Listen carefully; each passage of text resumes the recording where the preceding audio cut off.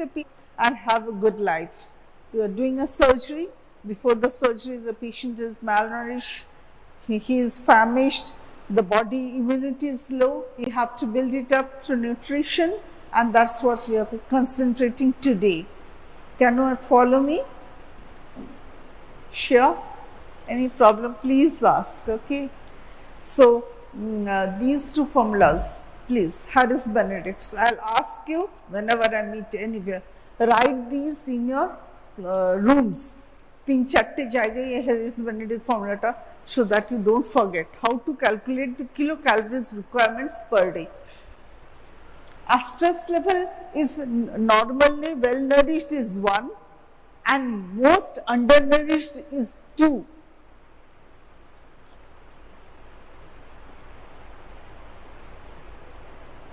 Severe burn 2, মানে more ill nourished, sepsis 1.35, আর well nourished হলে 1. এটা দিয়ে স্ট্রেস লেভেল করলে তোমার কতটা অ্যামাউন্ট রিকোয়ার্ড ওটা বেরিয়ে আসে, এটা ইম্পর্টেন্ট। এই দুটোর মধ্যে এইটা তোমাকে জানতেই হবে। ওকে,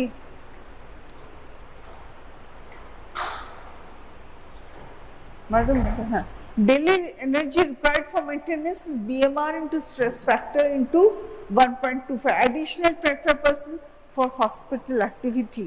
Hospital activity কি? আমি গ্যাস্ট্রোস্টমি করছি, আমি এন্টেরোস্টমি করছি, আমি ডিউডেনোস্টমি করছি, এগুলো হসপিটাল প্রসিডিউরস। একটা সেন্ট্রাল লাইন বসাচ্ছি, একটা পেরিফেরাল লাইন বসাচ্ছি। Okay, you people know more. You 3 people seem to know more about the classes. Is it? I don't know. তোমরা বেশি জানো, is it? So this is the maintenance energy requirement, weight gain maintenance plus 750 calories daily energy requirement. Maintenance dose এর সঙ্গে আরো 750 কিলোক্যালোরিজটা add করতে হবে। এটারও রকম ফের আছে, এটারও এই যে উপরেরটা 0.8টা মনে রাখতে হবে না, 1 গ্রামটা মনে রাখো per KG per day, 1 gram. Non protein লিপিডসে अराउंड 30 কিলোক্যালোরিজ আসছে per KG per day. Nitrogen 1 gram nitrogen to every 150 kilocalorie per day. এগুলো সব 1-1-1 এর মতন করেই আছে, খুব বেশি একটা ডিফারেন্স নেই। লেস প্রোটিন, ট্রমা, বার্ন, সেপসিসে একটু বেশি প্রোটিন লাগে, আর এটা আমরা জানি, এটা normal 1 gram per KG in 24 hours is stress factor. এটা সবসময় আমরা জানি। মাল্টিপ্লাইড, এনিথিং মাল্টিপ্লাইড ইন্টু 1 মানে সেম অ্যামাউন্ট রয়ে যায়। তোমার কিলোক্যালোরি রিকোয়ারমেন্ট যেটা আছে ইন্টু 1 মানে সেম রিকোয়ারমেন্ট রয়ে যায়। এটার মধ্যে অ্যাড হবে কি? Potassium, magnesium, zinc, phosphor, sulphur, micro elements, micro nutrients, vitamins, এগুলো অ্যাড হবে যে কোনো নিউট্রিশনে, যে কোনো নিউট্রিশনে। এটা আমি রিক্যাপিচুলেট করলাম, আমরা যে লাস্ট ক্লাসে করেছি আমরা সেটা রিক্যাপিচুলেট করলাম। ওকে, we have gone this before but you people weren't there, so you can come back to me, you can read of your own, it's up to you. But today our class is on enteral parental nutrition, complications of feeding. That's what we are going to do, and I will show you videos how to do the operations because I can't take you all to the OT right now, so we will be doing it here. 5.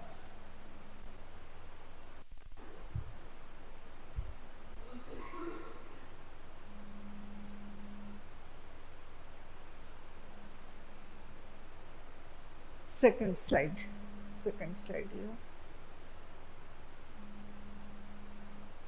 আচ্ছা, আমরা কখন placement of feeding tubes করি? when we place feeding tubes, এগুলো এন্ট্রাল tubes. আমি প্যারেন্টালটা বাদ দিলাম, parenteral means through vessels, and enteral যখন আমরা ফিডিং করছি, তো ফিডিংটা মুখে খাওয়াচ্ছি বা নাইজোগ্যাস্ট্রিক টিউব ইনসার্ট করছি, নাক দিয়ে পুরো এখান অবধি যাচ্ছে, ওইগুলো রাইলস টিউব বলে। রাইলস টিউব ফিডিং হয়, রাইলস টিউব সাকশন হয়। ওটিতে গেলে বা ওয়ার্ডসে গেলে তোমরা দেখতে পাবে নাকে নল ঢোকানো আছে। সেপসিসে যখন পেশেন্ট খেতে পারে না, বার্নসে হেড ইঞ্জুরিতে ফেসিওম্যাক্সিলারি ইঞ্জুরিজ অপারেশন হয়েছে, খেতে পারবে না। We are trying to supplement the nutrition through parenteral and enteral routes. Parenteral আগে দিয়ে wean off করার পরে আমরা enteral feeding আসি। That is more physiologic. That can be accepted easily. Gut flora is intact. That is more easily digestible. And আমরা pre-digested foodও দিতে পারি enteral nutrition-এ, কিন্তু parenteral-এ পুরোটাই formula feeds-এ চলে যায়। Fats, proteins, carbohydrates in একদম chemical formulations-এ আসছে।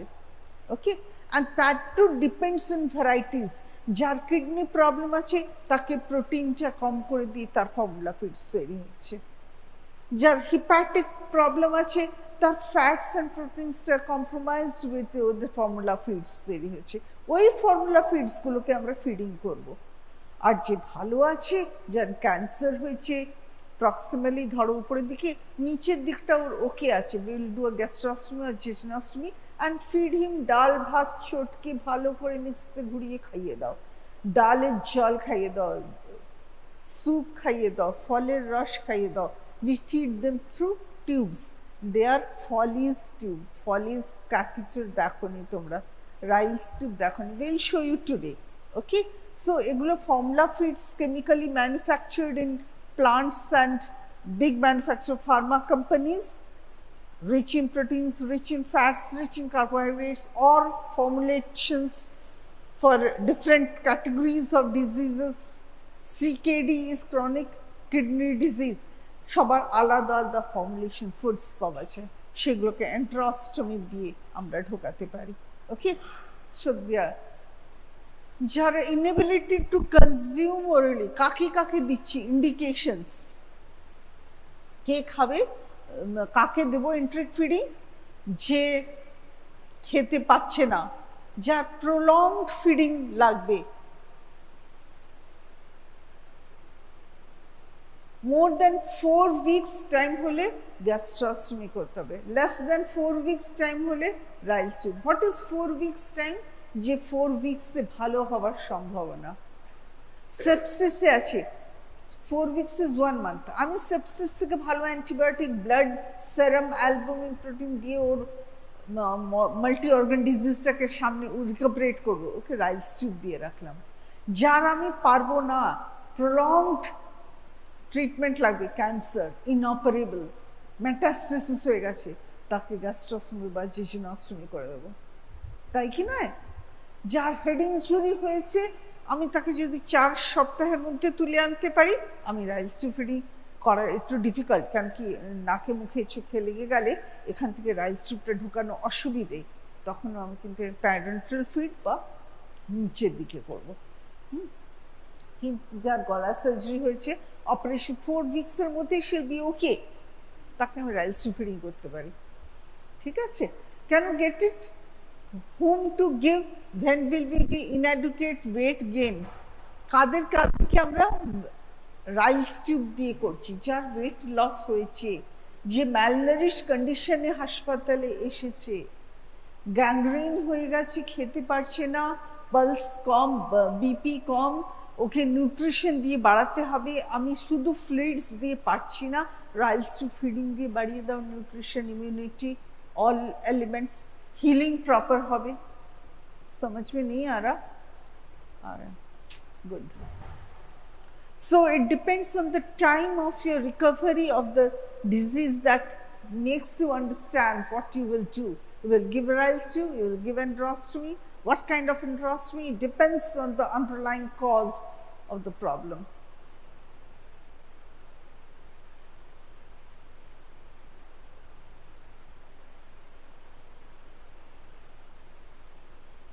কি দেখতে হয়? These are the complications can arise if the insertion is not proper. ভুল রাস্তায় চলে গেল, ডিসলজমেন্ট হয়ে গেল, ইনজুরি হয়ে গেল, ব্লিডিং প্রবলেম পেশেন্টের আছে, ব্লিডিং ডায়াসিস, ব্লিডিং টাইম বেশি, ক্লটিং টাইম বেশি, ওর ওই এলিমেন্টসগুলো ক্রিসমাস ফ্যাক্টরস অ্যান্ড ব্লিডিং ইয়েগুলো কম আছে, ব্লিডিং টাইম তখন বেশি হলে তুমি যদি ইনসার্ট করে ইনজুরি হয়, ব্লিডিং হয়ে যাবে। একটা ডিস্টাল অবস্ট্রাকশন আছে, তুমি তো রাইলস টিউব ঢোকাতে পারবে না, পারবে? If there is a growth in the throat, can you put it through Ryle's tube in through the nose? You can't. So there are problems. There are nasojejunal tubes. There are gastric tubes. There are gastrojejunal tubes. There are jejunal tubes. Okay, these are varieties. We will show you some of them. Push করলে ওটা যাচ্ছে, নিচে যাচ্ছে। ওকে, আর push করে কতটা distance measure করব, ওখানে marking দেওয়া থাকে রাইলস টিউবের মধ্যে। তো that Ryle's tube marking depends on varieties of patients, কেউ লম্বা কেউ বেশি। এখান থেকে এখানে যে ডিস্টেন্সটা হয় আমরা একটা গজ দিয়ে মাপ করে নিই। We measure out the length, how much to insert a nasogastric tube, कितना घुसाना है पेट के अंदर। आप यहाँ से यहाँ तक का डिस्टेंस आपका जितना होगा वो गॉज से माप लीजिए, राइल्स ट्यूब में मार्क कर लीजिए और उसको बोलिए कि निकलता रहे, चोट न लगे, अटक न जाए, ब्लीडिंग न हो और आपके कराइना यानी रेस्पिरेटरी ट्रैक्ट में न चला जाए, उससे उसको खांसी होगी, तकलीफ होगी। अगर नीचे में कोई ग्रोथ है तो उसको तकलीफ होगी, इंजरी आएगा, ब्लीडिंग होगी, तो फिर आप काम नहीं कर पाओगे। तो इसको डालने में आपको सावधानी बरतनी है। और गैस्ट्रोस्टमी आप कैसे करोगे? स्टमक के ऊपर करते हैं। जब ऊपर की तरफ आपका कोई ऑब्स्ट्रक्शन जिसको आप निगोशिएट कर पाओ, उसके लिए आपको करना पड़ेगा। ये गैस्ट्रोस्टमी ट्यूब डायरेक्टली डलता है, परक्यूटेनियस होता है, और कभी कभी एंडोस्कोपी के थ्रू दिए हम एनलाइट करते हैं लेप्रोस्कोपिकली, एंड वी कोई ऊपर से डाल देता है ट्यूब, परक्यूटेनियस इंसिशन दिए ওটা ভেতরে ডাইরেক্টলি ইনটু দ্য স্টমাক। সব জায়গায় ডেঞ্জার আছে, ব্লিডিং হতে পারে, ইনজুরি হতে পারে, ল্যাসেরেশন হতে পারে, ফাঙ্গাস স্কিন ইনফেকশন হতে পারে, মেকানিক্যাল মেটাবলিক গ্যাস্ট্রোইন্টেস্টাইনাল অ্যান্ড আরেকটা আছে। These are the varieties, 4 group of complications that might arise. Mechanical obstruction থাকলে mechanical, metabolic sodium potassium কম তুমি ফ্লুইডে দিলে metabolic, infectious wound excoriation, ওখান থেকে যদি আউটপুট ফিস্টুলা, ওখান থেকে জল গড়াতে এসে তুমি স্টমাকে দিয়েছো, স্টমাকে কন্টেন্টস গুলো বেরিয়ে আসলো through the stomach into the peritoneum, from the skin into the body, পুরো বিগজিত বাইরের দিকে চলে আসলো, এক্সকোরিয়েশন অফ দ্য, পুরো ঘা হয়ে যায়, because this are all acidic.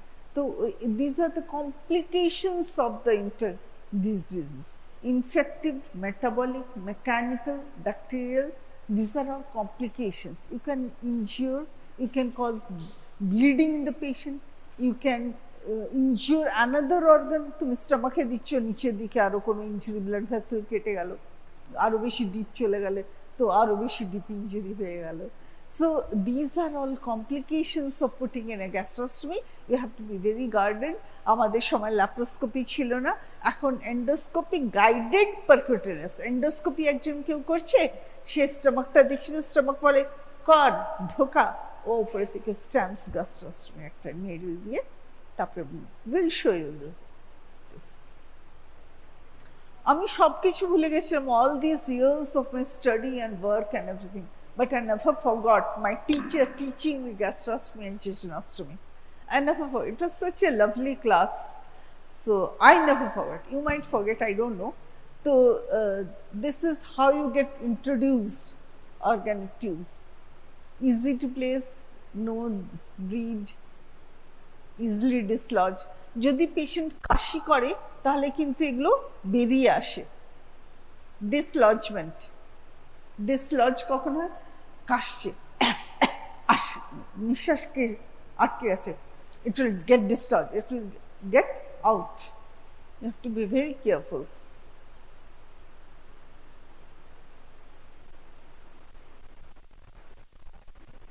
Madam change नहीं होता है या These are the gastrostomy tubes. এইগুলো সব আমরা ঢোকাই, একটা ইনসিশন দিই স্কিনে, মাসলটাকে ডাইলেট করি, মাসলটাকে আর্টারি ফোর্সেপস দিয়ে ডাইলেট করি, পেরিটোনিয়ামটা দেখা যায়, পেরিটোনিয়াম ইনসিশন দিয়ে, একদম স্টমাকে গিয়ে পিয়ার্স করে ঢুকিয়ে দিতে হয়। তারপরে আমাদেরকে পার্স রিং সুচেস দিয়ে দিয়ে, পার্স রিং কেমন হয়, গোল গোল গোল গোল করে পার্স রিং করে টাইট করে, potli bag, you know what is a potli bag. Potli bag কি হয়, তোমাদের ওই পোটলির মতন হয় না, যেগুলো ড্র স্ট্রিংস তোমরা করো আটকে যায়, তেমনি করেই গোল গোল করে আমাদের একটা রিং আরেকটা রিং, স্মল সুচেস। এখানে চক আছে ma'am?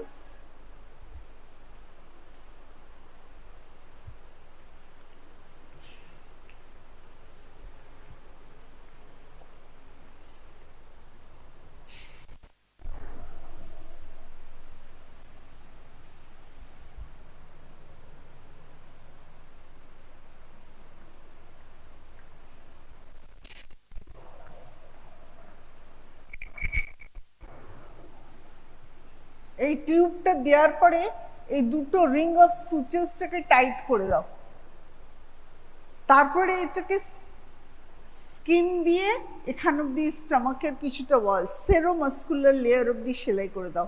It stage in the place, ওটা এক জায়গায় যেন থাকে, তাই বলে ওটাকে ফিক্স করে দেওয়ার জন্য এতটা আমরা করি। তারপরেও অ্যাক্সিডেন্টস হয়, তারপরেও এটা ব্লক হয়ে যায়, অবস্ট্রাকশন হয়ে যায়, কাঁচরা জমে যায়, উই হ্যাভ টু রিপ্লেস ইট। এগুলো সব ফ্লেক্সিবল টিউবস, যে টিউবসগুলো দেখলে সেগুলো ফ্লেক্সিবল টিউবস, এটা এমনি থাকতে পারে, এটা এমনি করে থাকতে পারে, তো দে আর ফ্লেক্সিবল। তুমি যদি পুল আউট করো একটা ট্র্যাক্ট তৈরি হয়ে থাকে। If the tube is made and last for 1.5 months, there is a tract created. You can reinsert another gastrostomy tube. You can reinsert another gastrostomy tube. So that is the best part of it, যে gastrostomy tube displace বা obstruction হয়ে গেলেও আমরা ওটাকে বার করে আনতে পারি। এগুলো ভেরিয়াস মেথডস আছে। সেরোমাস্কুলার টিউবে না অন্য আমরা একটা টিউব রেজ করে দিতে পারি, তারপরে সেটাকে এখানে সঙ্গে সেলাই করতে পারি। এটার মধ্যে টিউবটা ঢুকিয়ে টিউবটা কভারিং এর মধ্যে চলে গেল, সেটাকে আমরা দেখাবো, সেটা তাহলে বুঝতে পারবে। So these are the methods of how to secure a gastrostomy or an enterostomy tube when you fix in the abdomen. And you will have to see, you will have to know when you become a doctor, in patients who are likely to die, in a patient who are bedridden, যারা খেতে পারছে না, যাদের রাইলস tube দেওয়া যাচ্ছে না, তাদেরকে gastrostomy doctor করে দিতে বলেছেন। তোমরা আসবেই তোমাদের লাইফে 5-6টা কেস, যে সার্জারিতে যাচ্ছে না সেও দেখবে যে গ্যাস্ট্রোস্টমি ফিডিং দিচ্ছে, গ্যাস্ট্রোস্টমি টিউব পরিষ্কার রাখছে, গ্যাস্ট্রোস্টমি টিউব চেঞ্জ করতে হচ্ছে, গ্যাস্ট্রোস্টমি টিউবে আবার ঢোকাতে হচ্ছে। সো তোমরা এগুলো দেখবেই। This is one of very common things which you will come across as doctors in your future life. Percutaneous endoscopic gastrostomy, এটা সেলাই করে দিয়ে কাট করে দিয়ে then we are inserting.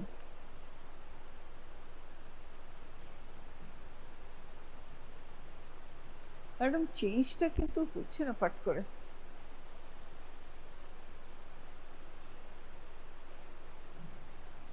ঠিক আছে, this are triple lumen, single lumen, এগুলো দেওয়ার সময় we have to wash it, wash off all the things. কিছুটা অ্যাসপিরেট করে দেখে নিতে হয় যে গ্যাস্ট্রিক সাকশন, গ্যাস্ট্রিক ফ্লুইড আসছে কিনা, আমরা ঠিক জায়গায় আছি কিনা। যদি ব্লাড আসে, যদি মাংস মেটেরিয়াল এসে গেল, মানে তুমি ভীষণ ভেতরে চলে গেছো। if there is a tumor, if there is a ulcer down there, if patient has bleeding problem, তুমি করতেই পারবে না, করতে গেলে পেশেন্ট শকে চলে যাবে। তো এই জিনিসগুলো তুমি রুল আউট করে তারপরে তুমি করছো। ট্রিপল লিউমেন ক্লোজ করার আগে জল দিয়ে ওয়াশ করে তারপর তুমি ক্লোজ করছো। ম্যাডাম দেখুন একটু চেঞ্জ হচ্ছে না।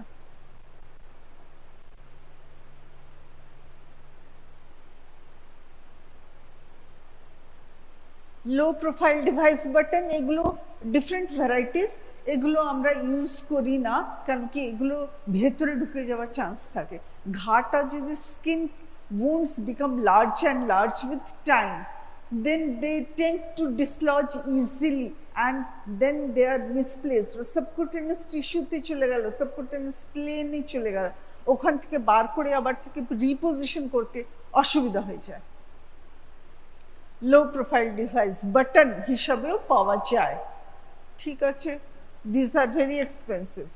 এগুলো গ্যাস্ট্রোজেজনাল টিউবস, জেজনোস্টমি। এত বেশি বড় ডিভাইস দেখাচ্ছি, but it is not so, এত বেশি ডিফিকাল্ট কিছু না, শুধু প্লেসমেন্টটা হচ্ছে গ্যাস্ট্রোজেজনামে। জেজনামে কোন জায়গাটা? লিগামেন্ট অফ ট্রিডস মনে আছে, অ্যানাটমিতে পড়েছিলে? পাইলোরাস পার করে জেজনাম ফার্স্ট পার করে ডিজে জাংশনের ওখানে একটা লিগামেন্ট অফ ট্রিডস হয়, আটকে থাকে peritoneum, retroperitoneum wall. The jejunum is attached, is hitched to the retroperitoneum through the ligament of Treads. Ligament of Treads এর ওইখানটাতে we give the jejunostomy, we make the jejunostomy tube. এত বেশি সব লেখা আছে, but we don't use so much. Actually we have a single lumen usually or maximum a double lumen, তার মধ্যে হয়ে যাবে। less invasive, risk of aspiration because calorie intake।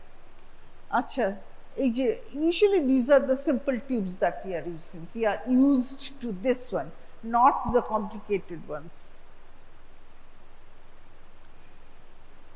Anatomic abnormalities থাকতে পারে, তো we have to be very careful. আমি যেমনি বলছিলাম যে ওখানে কোনো ক্যান্সার থাকতে পারে, কোনো গ্রোথ থাকতে পারে, পেশেন্টের অ্যাবনর্মালিটি থাকতে পারে, ব্লিডিং গ্যাস হবে, পেশেন্ট বেশি শকে থাকতে পারে, আমরা করতে না পারি, তখন এইসব জিনিসগুলো অসুবিধা হয়।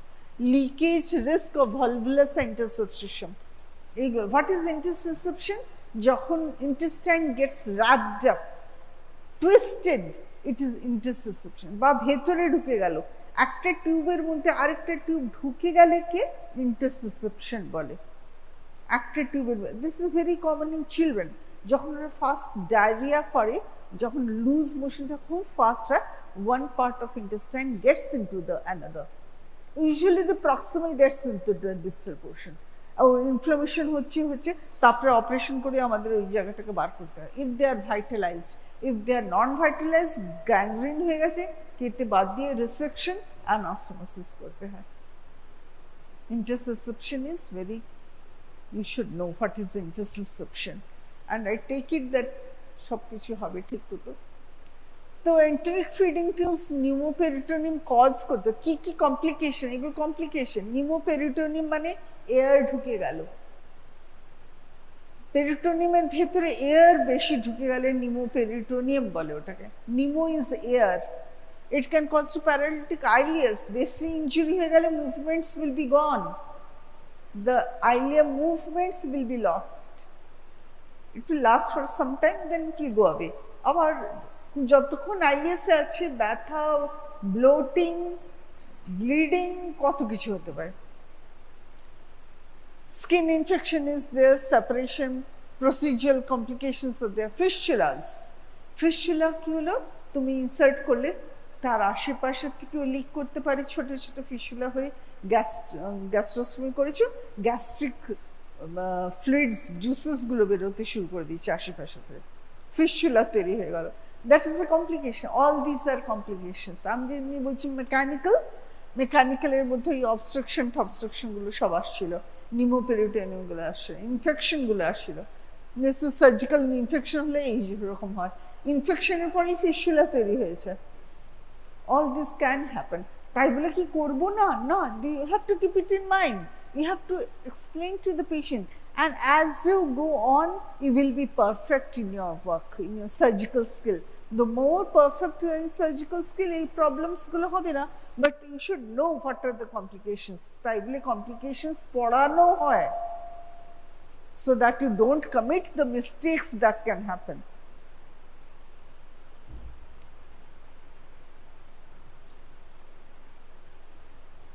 এই যে এটা একটা ঘা তৈরি হয়ে গেছে, এখানটা একটা there is a wound. A wound should not be there. Proper post-op care যদি তুমি নাও, ওখানটা ড্রেসিং ভালো করে করো, রোজ ড্রেসিং চেঞ্জ করো, হেয়ারগুলোকে শেভ করে রাখো, অ্যান্টিবায়োটিক্স ভালো করে দাও যে ইনফেকশনটা যেন না থাকে। রোজ অ্যান্টিবায়োটিক লাগে না, means first after operation you might require for 3 to 5 days, after that no antibiotics, regular feeding patient করবে।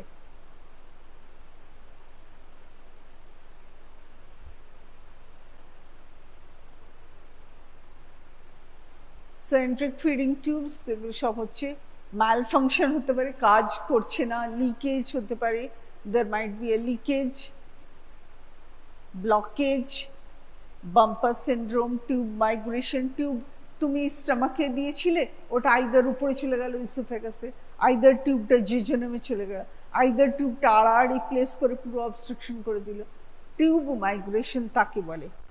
বাম্পার সিন্ড্রোম বাড়ির একদম নিউক্লিয়াসের ভেতরে চলে গেল, পোস্টেরিয়র, সে আর নিচে কাজ করতে, যা কিছু তুমি ফুড দিচ্ছ টিউবের মধ্যে ওটা কোথাও মাসেলে চলে যাচ্ছে বা মিউকোসাতে চলে যাবে, পার করে চলে যাচ্ছে, অর্গান পার করে চলে যাচ্ছে। So these are all things that can happen. Tube migration is very, মানে যাদের হাতে হয়েছে কমপ্লিকেশন, টিউব মাইগ্রেশন এটা হতে পারে।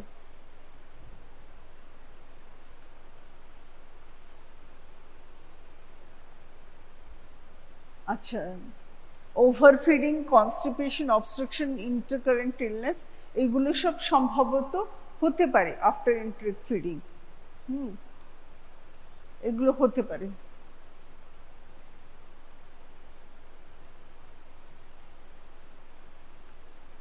দিস ইজ আইসিইউ সেটআপ, তোমাদেরকে তো আইসিইউ নিয়ে যেতে পারছি না, but this is are the requirements. ওখানে মনিটর আছে, কার্ডিয়াক মনিটর আছে, ব্লাড প্রেশার ইনস্ট্রুমেন্ট আছে, এখানে ফিডিং টিউব আছে, ওটার মধ্যে লোড করা থাকে খাবারটা যেটা আমরা দেব, সেটা লোড করা আছে এই ব্যাগটার মধ্যে। এটা বোলাস ফিডিং দিতে পারি, এটা কন্টিনিউয়াস ফিডিং দিতে পারি। বোলাস ফিডিং ওভার 15 to 20 মিনিটসে আমরা 30 ml দিতে পারি, আপ টু 300 ml দিতে পারি, কিন্তু কন্টিনিউয়াস ফিডসে up to 18 hours only, 18 to 20 আওয়ার্সে ড্রিপ ফিড করে করে অল্প অল্প করে পেশেন্টকে দিতে পারি। যে ইন্টারমিটেন্ট ফিডিং নিচ্ছে সে মুভমেন্ট করতে পারে, কিন্তু মাঝখানে ওকে তো দেয়া হয়ে গেল, ফিডিং কমপ্লিট হয়ে গেল, এবারে মুভমেন্টস করছে, he or she can move about easily, but those who are continuous feeding will difficult. Table ওরা malnutrition থাকে, কিভাবে malnutrition? যার ধরো ক্যান্সার হয়ে গেছে সে তো অনেকদিন ধরে খেতে পাচ্ছে না, বডি গন। যার ধরো গ্যাংগ্রিন হয়েছে, অ্যাম্পুটেশন হবে, তার তো বডি গন, সে লাগবে। যার ধরো প্রস্টেটের অসুবিধা, তো কিডনি বারোটা বেজে গেছে, ইউরিন পুরোটা হয়নি। তো any time when you are taking the patient to the operation table, তখন ওর তো already body is immunity wise patient is weak, সেই জায়গাটাকে রিপ্লেসমেন্ট করতে গেলে তো you need to know all this. This is one of the basic things before you start operating. So that is why all these are being taught to you, to impress upon you the thing that you are going to do tomorrow. আজকের জন্য তোমার কাছে important নয়, কালকের জন্য ভীষণ important.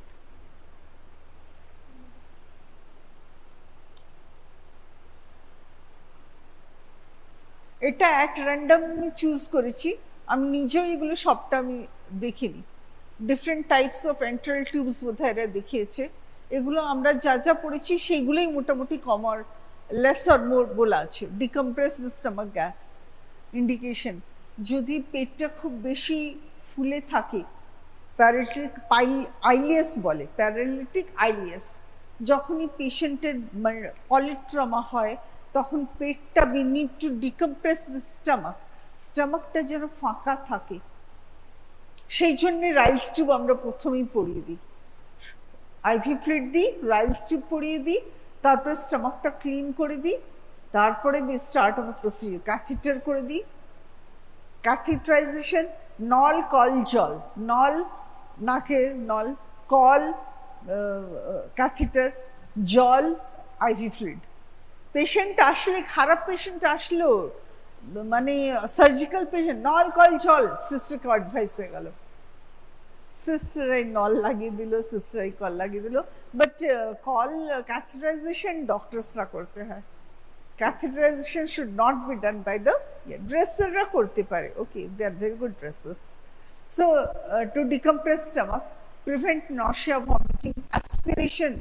আমরা তখন তো যদি আনকনশিয়াস হেড ইনজুরি পেশেন্ট, তুমি তখনই অপারেশন করছো না, তো তাকে তুমি সিটি স্ক্যানে নিয়ে যাবে, তাকে তুমি ইভ্যালুয়েট করবে, তারপরে তুমি দেখবে যে ওর যদি হ্যামরেজ থাকে তবে তাকে ওটি করবে। কে কে নিউরোসার্জন হতে চায়? নিউরোসার্জন কেউ হতে চায়? সবাই কার্ডিয়াক সার্জন? সবাই কার্ডিয়াক সার্জন হবে? আরে বাপরে, দারুণ ব্যাপার। মানে গ্যাস্ট্রোইন্টেস্টাইনাল সার্জারিও হতে পারো, you can become a paediatric surgeon also. হ্যাঁ, হোয়াট ইজ ক্যাথেটারাইজেশন? ইউরিনে ক্যাথেটার দিতে হয়। পেনাইল ক্যাথেটারাইজেশন করলে up to the bladder patient will evacuate without the use of the sphincters. Sphincter use kore, internal sphincter, external sphincter, so that because urine is being formed 24 hours. 24 hours তোমার urine bladder এ collect হচ্ছে। With the help of sphincters you are evacuating your urine when you go to the toilet. But in an unconscious patient there will overload incontinence, ওর পুরো বেশি হয়ে গেলে fluid পেচ্ছাপটা বিছানায় হয়ে যাবে। Catheter করে দিলে ইউ ক্যান মনিটর ও কতটা এক্সক্রিট করলো, কিডনিটা ওর ভালো আছে কিনা, তুমি বুঝতে পারবে ইউরিনটা কতটা বেরোলো। ক্যাথেটারাইজেশনটা তাই ইম্পর্টেন্ট। ফ্লুইড মনিটরিং করছে কতটা ফ্লুইড ঢুকলো, আর ক্যাথেটার মনিটর করছে কতটা ফ্লুইড বেরোলো। ওকে, সো ক্যাথেটারাইজেশন ইজ ইম্পর্টেন্ট। রাইলস টিউবেও যে আমরা অ্যাসপিরেট করি, রাইলস টিউবে সাকশন করি পোস্ট অপারেটিভলি, অ্যাপেন্ডিক্স হলো, ল্যাপকোলিসিস্টেক্টমি হলো, তো ল্যাপকোলিস আজকাল আর রাইলস টিউব আমরা দিই না। ল্যাপকোলি যদি সিম্পল হয়ে গেল, নো রাইলস টিউব। যদি বুড়ো বয়সে থাকে, অর্ধেক সব টোটাল কোলিসিস্টেক্টমি করেছি, তাহলে রাইলস টিউব দিই আমরা। তো রাইলস টিউবের সেকশনে বুঝতে পারি ওর কতটা ফ্লুইড নিচে যায়নি, ওপরে এসেছে।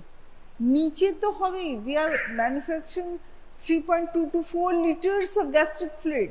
বাইল কত বেরোচ্ছে আবার রিঅ্যাবজর্ব হচ্ছে, ইন্টেস্টাইন ফ্লুইড কত বেরোচ্ছে আবার রিঅ্যাবজর্ব হচ্ছে, যেটা অ্যাবজর্ব হচ্ছে না সেটা আবার সার্কুলেশন, হিপ্যাটোরিনাল সার্কুলেশনে যাচ্ছে। So it's a very big thing. আমরা তো তোমাদেরকে ছোট ছোট স্টেপস নিতে বলছি towards studies.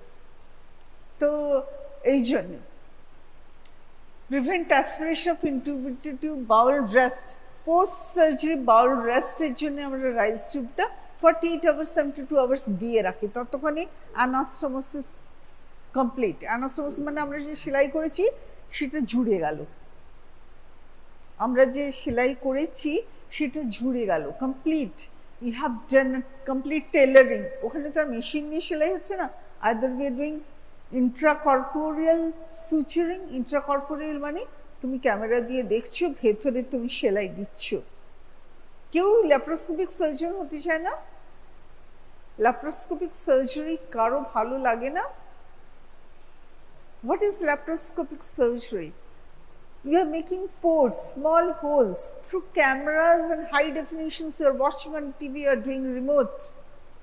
And when you do the same thing with the robots, it is robotic surgery. And robotic surgery increases the lifespan of a surgeon by 10 more years.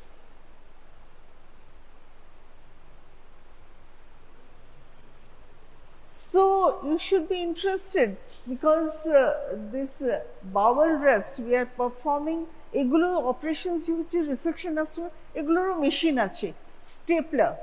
Stapler skirt and resect and join, gold stapler, platinum stapler, different types of staplers are there.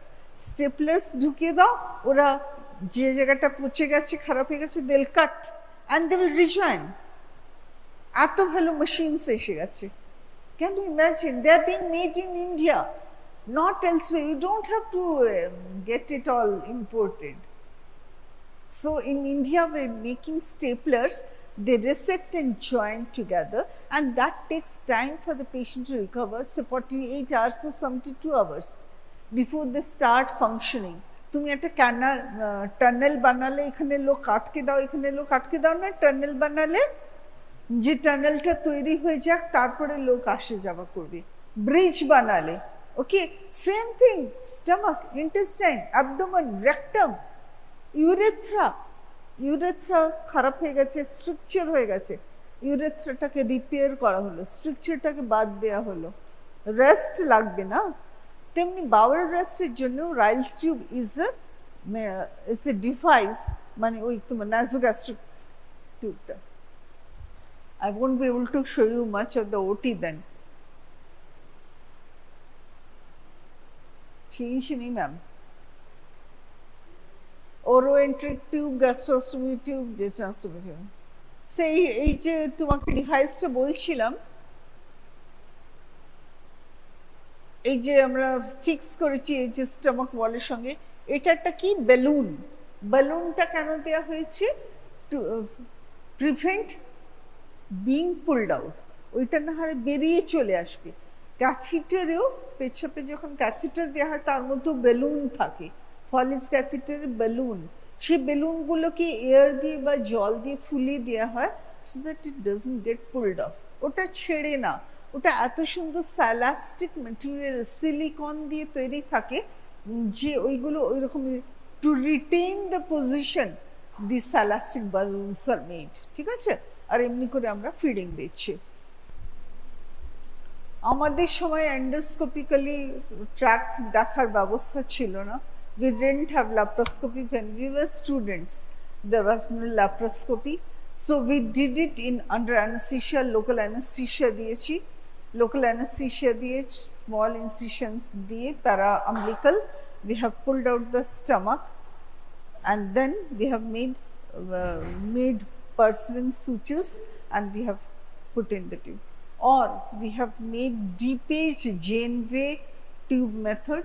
We created seromuscular tubes and pushed in the catheter, secured it with skin.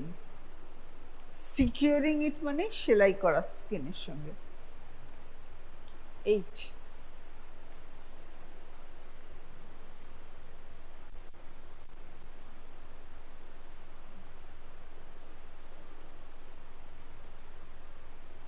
people are interested in surgery, those who are interested can enjoy them. Amader we didn't have audio visual methods in our class, so we were taught by our teachers, but we didn't enjoy it that time. So now you can enjoy at least ki OT te ki kore।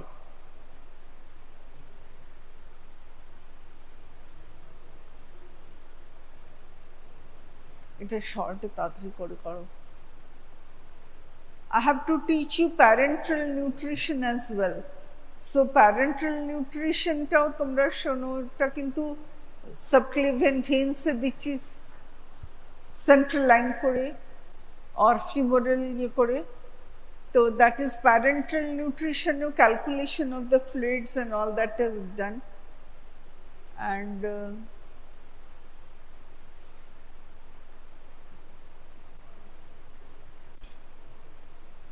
এটা তোমরা পরে watch করে নিয়ে এইসব gastrostomy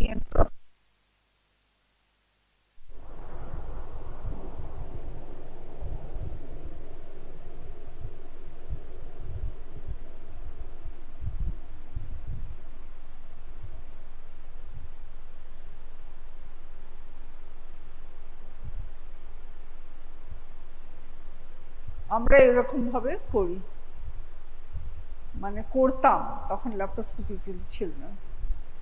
securing, এই যে স্টমাকের সেরোমাসকুলার ওয়ালটা স্কিনের সঙ্গে সেলাই করা হচ্ছে so that it doesn't get dislodged, ওটা সরে যেন না যায়। আমরা পাইপটা যে ঢোকালাম ওটা স্টমাকেই যেন থাকে, আর এটা একটা ট্র্যাক্ট তৈরি হয়ে যাবে।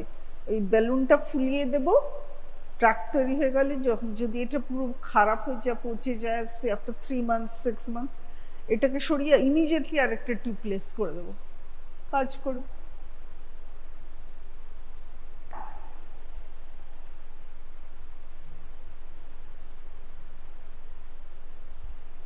ঠিক আছে, will stop and go to parental nutrition. ঠিক আছে, বন্ধ করুন প্যারেন্টাল নিউট্রিশনটা, দেখুন তো। নেটে সার্চ করুন। প্যারেন্টাল নিউট্রিশনে আমরা যেটা ফ্লুইডটাকে দিচ্ছি, amount of fluid calculation is by Harris Benedict's মেথডে। কতটা kilo calories per day, 1 gram protein, 1 gram per KG per body weight. লিপিডসও তাই, কার্বোহাইড্রেটসটা একটু বেশি থাকে, রিকোয়ারমেন্টস অফ কার্বোহাইড্রেটস পার ডেটা বেশি থাকে।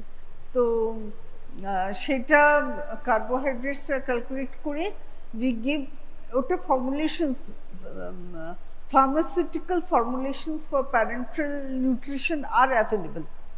তো সেটার মধ্যে একটু এক্সট্রা গ্লুকোজ, ডেক্সট্রোজ, কার্বোহাইড্রেটস ওগুলো একটু বেশি থাকে, so that the nutrition is more. Parental nutrition কখন দিতে হবে? যখন সে ফিডিং করতে পারছে না, যখন তার অবস্ট্রাকশন টোটালি আছে, টোটাল অবস্ট্রাকশন, হেড ইঞ্জুরি হয়ে গেছে, তুমি আইএলস দিতেই পারবে না, পুরো একটা প্যারালিটিক আইলিয়াস হয়েছে, মাল্টি অর্গান ফেলিয়ারে চলে গেছে, ইন্টেন্সিভ ইউনিটে পেশেন্ট আছে, ওকে জেজনাল ফিডিং দেওয়া যাবে না, you have to give parenteral feeding. তো কখনো কখনো আমরা কি করি, প্যারেন্টাল আর এন্টারাল ফিডিং অ্যাড করে দুটোকেই সমান সমান ভাগে চালাই। যত পেশেন্ট রিকুপারেট করে আমরা এন্টারাল ফিডিংটাতে ইম্পর্টেন্স বেশি দিই, প্যারেন্টালটা কমিয়ে দিই। প্যারেন্টাল মানে either through your veins or through central line or through femoral, you are cannulating the patient and giving the nutrition. That is parenteral nutrition. Our parenteral nutrition can be total parenteral or central line parenteral or partial parenteral. Parenteral nutrition is varieties আছে। তো parental nutrition যদি ভীষণ প্রথম দিকে burn হয়ে গেছে, 80% burn, 70% burn, ও কি খাওয়াতে পারবে না, ওর আইলিএস হয়ে গেছে, জেজনোস্টমি, কোলোস্টমি, এইটমি, ওটমি, কোনোটমি কাজ করবে না, you have to give parenteral nutrition. আমরা তখন ফ্লুইডস বেশি করে দিই, parenteral nutrition, IV fluids, burn হয়ে গেছে, ফ্লুইড রিসাসিটেশন, তখন রিঙ্গোল্যাক্টেট বেশি করে, রিঙ্গোল্যাক্টেট দিই, ডেক্সট্রোজ অল্প অল্প করে দিই, পরে নর্মাল স্লাইন স্টার্ট করি, তারপরে ডেক্সট্রোজ নর্মাল স্লাইন অ্যাড করে স্টার্ট করতে থাকে। আমরা কথা বলে বলে বলেছি, I have made you explain কখন নিউট্রিশন, প্যারেন্টাল নিউট্রিশন, এটা normal common for this and that, both parenteral and enteral. Enteral যখন খেতে পারবে, যখন পেশেন্ট খেতে পারছে না, that is parenteral nutrition. You are giving IV fluids and all, this is parenteral nutrition. তুমি এটা সেন্ট্রাল লাইন করবে, how to do a central line সেটা ওটিতে যে শিখবে বা আইসিইউতে যে শিখবে, আরএমওদের কাছে শিখবে বা রেজিস্ট্রার, সিনিয়র রেজিস্ট্রারদেরকে বলবে সেন্ট্রাল লাইন আমরা দেখব কি করে আপনারা পুশ করেন। পেরিফেরাল লাইন সিস্টার্সদের কাছে শিখবে, সিনিয়র সিস্টার স্টাফ, ওরা শিখিয়ে দেবে বেসিলিক ভেন বা সিফ্যালিক ভেন কি করে ওরা ভেনিসেকশন করছে, ঢোকাচ্ছে, ক্যানুলেশন করছে, সেটা শিখে নেবে।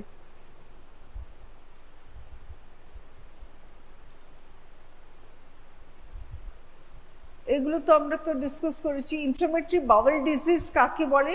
যখন full bowel length is inflamed with multiple ulcers all over, বারবার স্পুরিয়াস ডায়রিয়া হতে থাকে, দ্যাট ইজ আইবিএস। বা বাড়িতে লোকেরা থাকেই যাদের পাতলা পায়খানা হচ্ছে, আমাশা সবসময় হচ্ছে, আমাশা সবসময় হচ্ছে is not amoebic dysentery, it is inflammatory IBS, irritable bowel disease. It is also known as Crohn's, is also known as ulcerative colitis. প্রচুর নাম আছে, যত দিন যাচ্ছে তত বেশি বেশি নামে এগুলো জানা যাচ্ছে। ইরিটেবল বাউল ডিজিজের পেশেন্ট যখন ডিহাইড্রেট হয়ে যাচ্ছে তখন আমরা প্যারেন্টাল নিউট্রিশন দিতে বাধ্য। ঠিক আছে?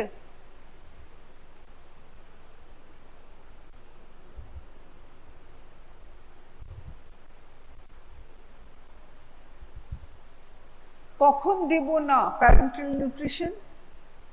যখন কোয়াগুলোপ্যাথি আছে, হিমোডাইনামিক্যালি আনস্টেবল, পেশেন্টের ব্লিডিং টেন্ডেন্সি আছে, পেশেন্ট কোল্যাপস করে গেছে, এত বেশি ওর পালস বিপি কোনো ঠিক নেই, তখন নিউট্রিশন দেব না, তখন আইভি ফ্লুইডসদের রিসাসিটেশন আগে করব। What is resuscitation? আগে পালস, ব্লাড প্রেশার, SpO2 এইগুলো লাইনে আসুক, ওর কিডনি ঠিক করে ফাংশন করুক, ওর লিভার ফাংশন ঠিক করে করুক, then it becomes haemodynamically stable. Haemodynamically unstable কখন? যখন ওর পালস 120, এই তারপরে 80, এই তারপরে 70, 60, ব্র্যাডিকার্ডিয়া টাকিকার্ডিয়ার মধ্যে ছোটাছুটি করছে, দ্যাট ইজ হিমোডাইনামিক্যালি আনস্টেবল। ও কার্ডিয়াক ফেলিয়ারে আছে, ওকে নিউট্রিশন দেওয়ার কোনো যুক্তি নেই, ওকে তখন বাঁচাতে হবে। That is haemodynamically stable. Unstable পেশেন্টকে নিউট্রিশন দেওয়ার কোনো যুক্তি নেই। হ্যাঁ, সে বমি করে যাচ্ছে, ওর পেটে একটা সমস্যা আছে, ও খেতে পারছে না, অনেক দিন ধরে ম্যালনিউট্রিশনে আছে, খাওয়া দাওয়া করে না, ওকে নিউট্রিশন দাও। 5 দিনের মোর, 5 days more, if the patient has not taken proper diet, give nutrition, parenteral nutrition. তুমি নিউট্রিশন কখন দেবে আর ফ্লুইড রিপ্লেসমেন্ট কখন করবে, it's a different chapter all together. কখন নিউট্রিশন আর কখন জাস্ট আইভি ফ্লুইডস, কখন ব্লাড সাপ্লিমেন্টেশন, কখন সেরাম, কখন blood products, that is a total different thing. So nutrition যাকে তাকে দেয়া যায় না। যখন পালমোনারি ইডিমা হয়ে গেছে, ফ্লুইড লাংসে ভরে গেছে, পালমোনারি ইডিমা, লাংসে ফ্লুইড পুরো কনজেশন হয়ে গেছে, তাকে তুমি আরো ফ্লুইড দিলে কি হবে? আরো বেশি ফ্লুইড, ও তো নিঃশ্বাসই নিতে পারবে না। ARDS, এয়ারওয়ে রেস্ট্রিকটিভ ডিসঅর্ডার, তখন তো নিঃশ্বাসই নিতে পারবে না। তুমি ওটাকে অবস্ট্রাকশন করে নিউট্রিশন দিয়ে কি ভালো করছো? No, you are creating more problem. So don't give fluids more, don't give nutrition more, don't give, think of supplementation. তোমাদের বন্ধুরা সব এসে গেছে। সো মেটাবলিক এন্ডোক্রাইটিস, ক্যান্সার ট্রিটমেন্ট একটা লেভেলের পরেই যখন হিমোডাইনামিক আনস্টেবল হয়ে যাচ্ছে, তখন নিউট্রিশনের দরকার নেই। Only in long standing chronic patient যাদের নিউট্রিশন দরকার, তাদেরকে প্যারেন্টাল নিউট্রিশন দেব। ঠিক আছে, এরপর প্যারেন্টাল নিউট্রিশনটা নিজেরা একটু দেখো। আর আমার সঙ্গে You have studied in biochemistry that lipids in our body consist of triglycerides and cholesterol. Okay.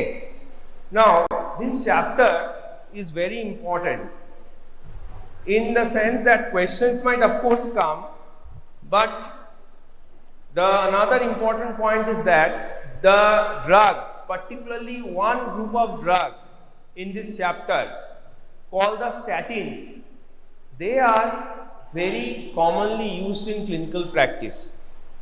In whatever sector, in whatever department you specialize, you will be prescribing statins quite often.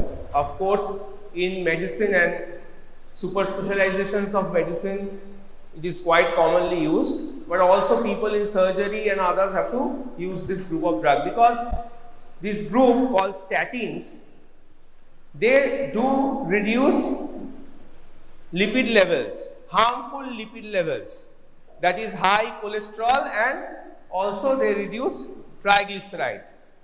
But apart from that, statins by various mechanisms called the pleiotropic mechanisms, 4 or 5 different mechanisms are there, which is beyond the discussion, which is beyond the scope of discussion in this class, but there are some mechanisms by which the statins reduce the chance of heart attack, stroke, and various atherogenic complications. Atherogenic complications means because of formation of atheroma, which is primarily formed of cholesterol plaques. Cholesterol getting deposited in blood vessels form plaques, and that plaques gradually form an atheroma-like structure. It causes obstruction in the arteries, and that finally lead to heart attack and stroke.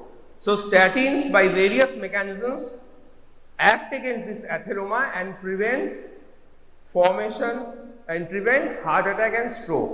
That's why statins are very important. You will be prescribing this, and if you go for any prescription survey, if you pick up randomly, suppose 50 prescriptions from an OPD on a single day, definitely you will find a significant portion of those prescriptions having statin as a medicine. So this is just for an introduction that how important this one group of drug is. Now to begin with, lipids consist of triglyceride and cholesterol, and cholesterol again has many parts. Of them, LDL cholesterol is very important because LDL cholesterol is called the bad cholesterol. Higher it is, higher is the chance of an heart attack or stroke.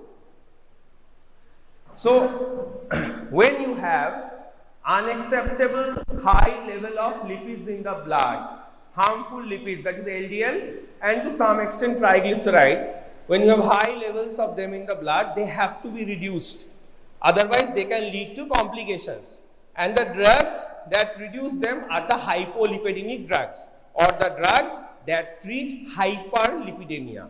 And that is what we are going to discuss.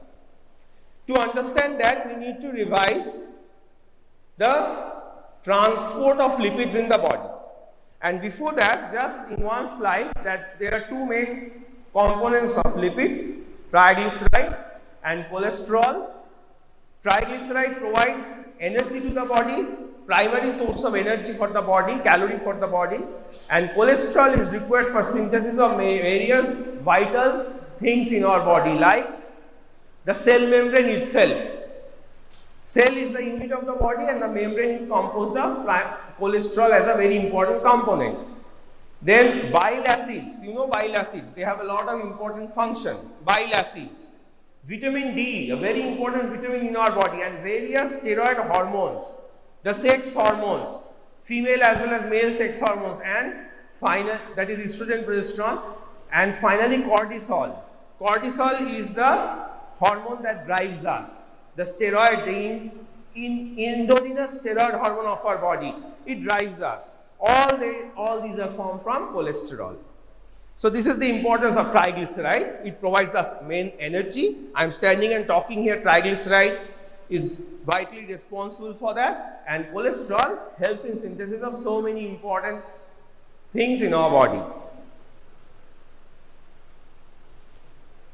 Battery low হয়ে গেছে নাকি?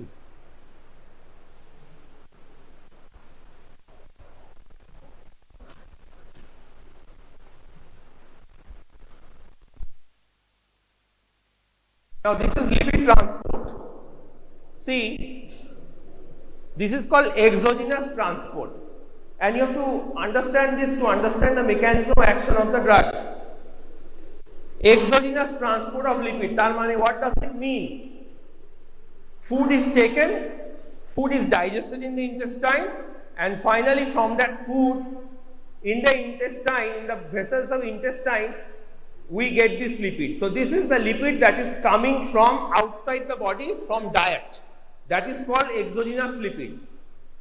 This dietary lipid that comes from diet comes after being digested and absorbed from the small intestine, the lymph of small intestine, they mainly appear as chylomicrons. So exogenous lipid, particularly exogenous lipid, after being digested and absorbed from small intestine, they take the form of chylomicrons, which are very large particles compared to other lipids. What does chylomicrons consist of? It has an inner core and an outer shell. See the red thing you see here, and also the green thing I don't think you can appreciate, but if you can appreciate, the inner core has a green part, a red part. The red part is the triglyceride core, and the green part is the cholesterol ester. So cholesterol ester and triglyceride form the core, and the outer layer or the outer shell is formed by cholesterol, phospholipids and apolipoproteins. The outer shell is lipid soluble. Sorry, water soluble. The outer shell is water soluble. That is called hydrophilic. And the inner one is the hydrophobic. It is lipid soluble.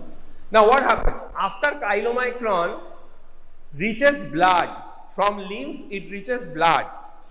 In the blood vessel, in the wall of the blood vessel, there is an important enzyme, lipoprotein lipase. wall of blood vessel, in the wall of blood vessel there are cells, endothelial cells, right? And endothelial cells contain an enzyme called lipoprotein lipase, very important. This lipoprotein lipase breaks down triglyceride. Lipoprotein lipase in the blood vessel endothelium breaks down triglyceride into fatty acid and glycerol, and this fatty acid is utilized in the muscles and other tissues for energy. I told you triglyceride provide energy, and some fatty acids are stored in the adipose tissue.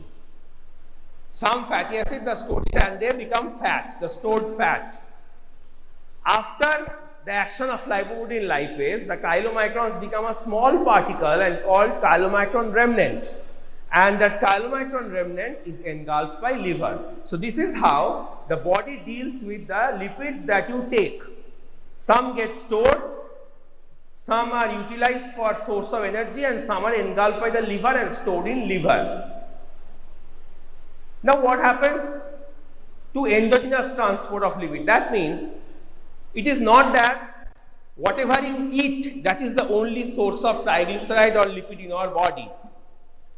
Our liver also synthesizes lipid. Our liver also synthesizes triglyceride, right? So endogenous transport. So triglyceride and other cholesterol esters etc. are also synthesized in the liver, and they form what is called the VLDL. VLDL, very low density lipoprotein. This very low density lipoprotein from liver reaches blood, and again that same enzyme lipoprotein lipase in the blood vessel wall breaks down triglyceride into cholesterol and breaks down triglyceride into fatty acid and glycerol, and that fatty acid is again utilized or stored. Now VLDL becomes IDL, intermediate density lipoprotein, which again undergoes such metabolism. Some of it is stored in liver, but the rest again undergoes metabolism by the same enzyme lipoprotein lipase, and triglyceride is further broken down into fatty acids, which are again either stored or utilized, and finally we get LDL. So whatever is synthesized in the liver lipid, that undergoes metabolism and form LDL. This LDL or low density lipoprotein circulates in the blood. Whatever lipid is formed in the liver, it is metabolized. What remains is the LDL, and this LDL moves around the body in the blood vessels, and this LDL gets deposited in various blood vessels, in heart, lungs, etc., and lead to formation of heart attack and stroke. That is why LDL cholesterol are considered to be bad cholesterol.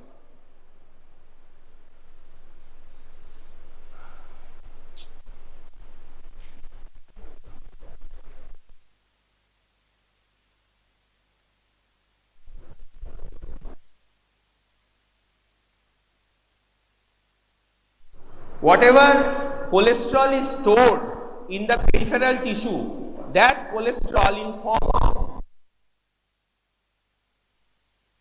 is taken to liver. This is another transport of lipoprotein in the body.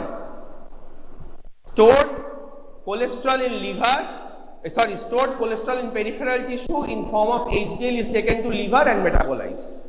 So HDL is called good cholesterol because HDL helps to get rid of the deposited excess cholesterol from the peripheral tissues and get them metabolized in liver. Whatever excess cholesterol was there in the peripheral tissue, HDL carries that excess cholesterol to liver and get it metabolized. So HDL helps to get rid of bad cholesterol or cholesterol, which ultimately leads to formation of LDL in some way or the other. So HDL helps to get rid of cholesterol, and thus HDL is, that is why, called as good cholesterol. Now this is very important for you to understand that I am speaking about two main lipids. One is LDL, that is the bad cholesterol, and the other is triglyceride. Please take the message from this class for your future understanding that triglyceride normal level is up to 150. Between 150 and 500, it is an intermediate range. Usually, between 150 and 500, triglyceride need not be treated. When you pass out, you will see lot of prescriptions where 350 milligram triglyceride, 300 milligram triglyceride, 50 milligram triglycerides have been treated by specific triglyceride lowering drug. Specific triglyceride lowering drug.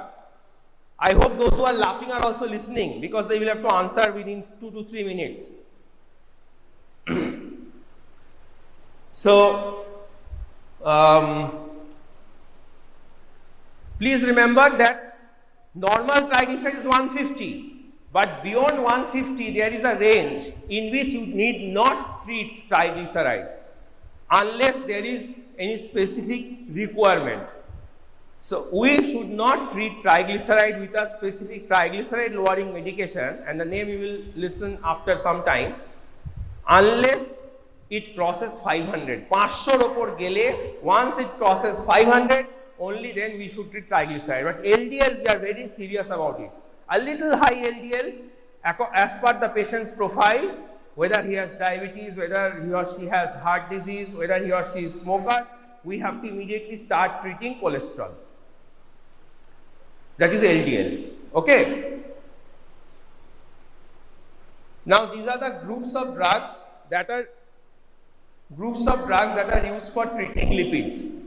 The first group, I am talking about it from the beginning of the class, are the statins. Very, very, very, very important. I told you, if you go and see a snapshot of one day OPD even in this college and its associated hospital, you will see that there are a significant number of prescriptions having statins. It is such an important group, we should please remember this. HMG, they are also called, according to their mechanism of action, HMG-CoA reductase inhibitors. Examples are many. Remember atorvastatin, and another name is not given here. You can also remember these names, but in India we commonly use atorvastatin, and another name is there, rosuvastatin. These two are most commonly used. Now, mechanism of action of statin. You know, cholesterol is synthesized in the liver. I told you cholesterol is synthesized in the liver. Various lipids are synthesized in the liver. In the very first slide I told you. So cholesterol is also synthesized in the liver. In the liver, cholesterol is synthesized from a product called HMG-CoA. Full form is 3-hydroxy-3-methyl-butyryl-CoA. Cholesterol is synthesized from HMG-CoA, and there is an intermediate step where there is formation of a product called mevalonate. HMG-CoA to mevalonate and mevalonate to cholesterol. The enzyme that converts HMG-CoA to mevalonate is called HMG-CoA reductase. This is the rate limiting step in synthesis of cholesterol in the liver. Statins block this enzyme competitively. As a result, synthesis of cholesterol in the liver is reduced. Once synthesis of cholesterol in the liver is reduced, what happens is that liver wants more cholesterol. Liver needs cholesterol. So if liver itself cannot synthesize cholesterol, it will eat cholesterol from the blood. That is a simple thing. Liver wants cholesterol. If cholesterol synthesis in the liver is reduced, it will eat cholesterol from the blood. And how will it eat cholesterol from the blood? By cholesterol receptors. If it has to eat cholesterol from the blood, it has to do it via cholesterol receptors. So, when synthesis of cholesterol in liver is reduced because of inhibition of this enzyme, there is an increase in LDL receptors on liver, and there is an increased uptake of the bad cholesterol or LDL from blood, and thus the bad cholesterol level in blood reduces. This is the mechanism by which statins primarily act.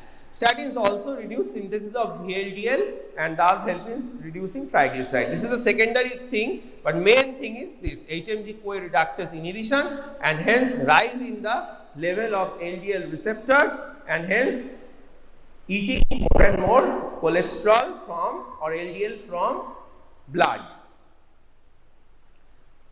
What is the effect of statins? See, they reduce LDL, they increase HDL or good cholesterol, and they reduce triglyceride.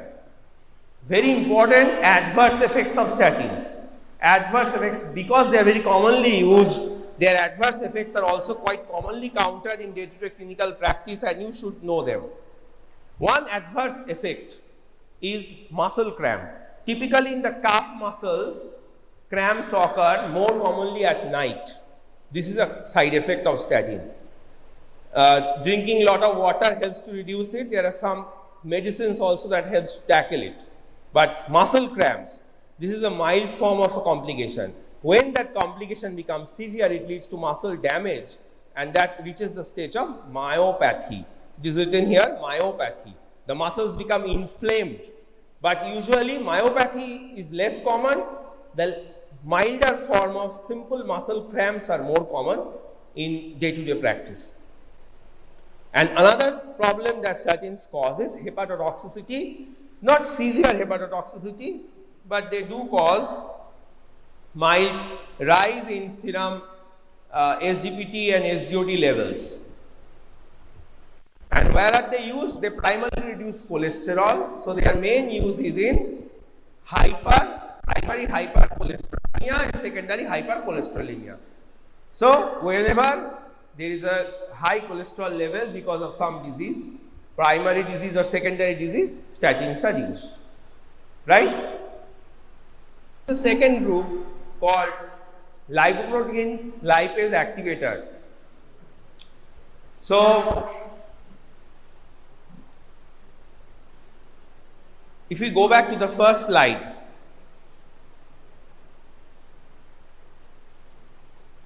triglyceride in the blood is broken down to fatty acids, and that fatty acid is stored in adipose tissue or utilized by the body as a source of energy. And this breaking down of triglyceride in the blood is done by the enzyme lipoprotein lipase. So if some drug increases the activity of this lipoprotein lipase, then what will happen to triglyceride in the blood? Triglyceride level minute. বল উঠে দাঁড়িয়ে বল জোরে বল বল বল আরে stand up না হ্যাঁ if this is triglyceride, okay, red thing, এই যে red shadow গুলো দেখছিস, these are triglyceride. If this is triglyceride in the blood, okay, if an enzyme breaks down triglyceride in the blood to fatty acid, triglyceride level will increase or decrease? কমবে তো? Decrease, sure? ঠিক তো? তাহলে thank you, very good, very good, sit down. আচ্ছা, তাহলে this is the enzyme lipoprotein lipase activate this group of drugs called fenofibrate. What they do, they increase the activity of the enzyme lipoprotein lipase. Simply they break down more and more triglyceride in the blood, and the triglyceride level falls. All right, now the question is how do they increase the activity of lipoprotein lipase? You have to remember this name, PPAR alpha. Full form is peroxisome proliferator activated receptor alpha. Peroxisome proliferator activated receptor alpha. This is a transcription factor. These drugs induce this transcription factor, increase the activity of this transcription factor. And as a result of this, lipoprotein lipase synthesis increases. Lipoprotein lipase synthesis if increases, its activity will also increase. Point number 1. Point number 2, because of PPAR alpha, more and more fatty acid is oxidized. See, triglyceride is broken down into fatty acid, but that fatty acid is again utilized to form triglyceride. But if fatty acid is oxidized, whatever fatty acid is present, it is oxidized, it cannot be reutilized to form triglyceride. So, on first step, lipoprotein lipase is reducing triglyceride by breaking it down. In the second step, the broken products are further oxidized so that again triglyceride is not formed from them. And thus, they help in reducing triglyceride level. Also, they help in increasing the LDL receptors on liver and thus help in reducing LDL level or cholesterol level. So, these group of drugs primarily reduce triglyceride, but they also reduce cholesterol. If you think about clinical use of hypolipidemic drugs, these are the main two group of drugs that are used, statins and fibrates. Beyond this, more or less are theoretical discussion, very rarely used. But these two group of drugs are commonly used, statins and fibrates. And fibrates are used when you want to lower triglyceride. For cholesterol, we use statins. But to lower triglyceride, we use fibrates. Fenofibrate, gemfibrocil was the first drug, and benzafibrate, fenofibrate. Fenofibrate is in use now in the market. Alright. So, please remember, we use them when triglyceride becomes more than 500 or near 500. Quite high. A little high triglyceride is not a threat. Only when triglyceride reaches the level of 500, it becomes usually a threat for the body, not for cardiological complications. Have this concept clear. Triglyceride doesn't easily cause cardiological complication. The main threat from triglyceride is in causing acute pancreatitis.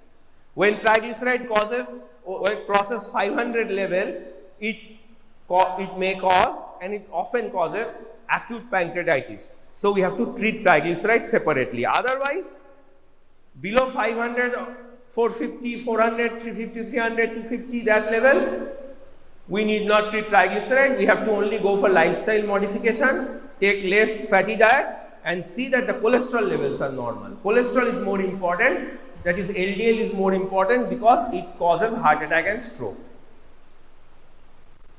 And the side effects of this group of drugs, they are like some skin rashes, myopathy also occurs, loose motion, etc. And they are used for triglyceride, when we need to lower triglyceride and to prevent acute pancreatitis from very high triglyceride levels. These are another group of drugs not commonly used except in rare occasions. What they do is that when a patient ingests this group of drugs, they prevent absorption of bile acids. Bile acids are present in intestine and they are absorbed from intestine. Okay, there is an enterohepatic circulation of bile acids continuously going on. But these group of drugs, they hold on to the bile acids, and with them the bile acids go out with stool. So the bile acid level reduces. Bile acids that circulate inside the enterohepatic system, that bile acid cannot circulate, it goes out of the body with these drugs. They hold on to the drug like a resin, because they are resin. And when bile acids go out, the liver has to synthesize more bile acids. Bile acids are formed from cholesterol. So liver has to divert cholesterol to synthesize bile acids. As a result, LDL and other harmful components, they get reduced.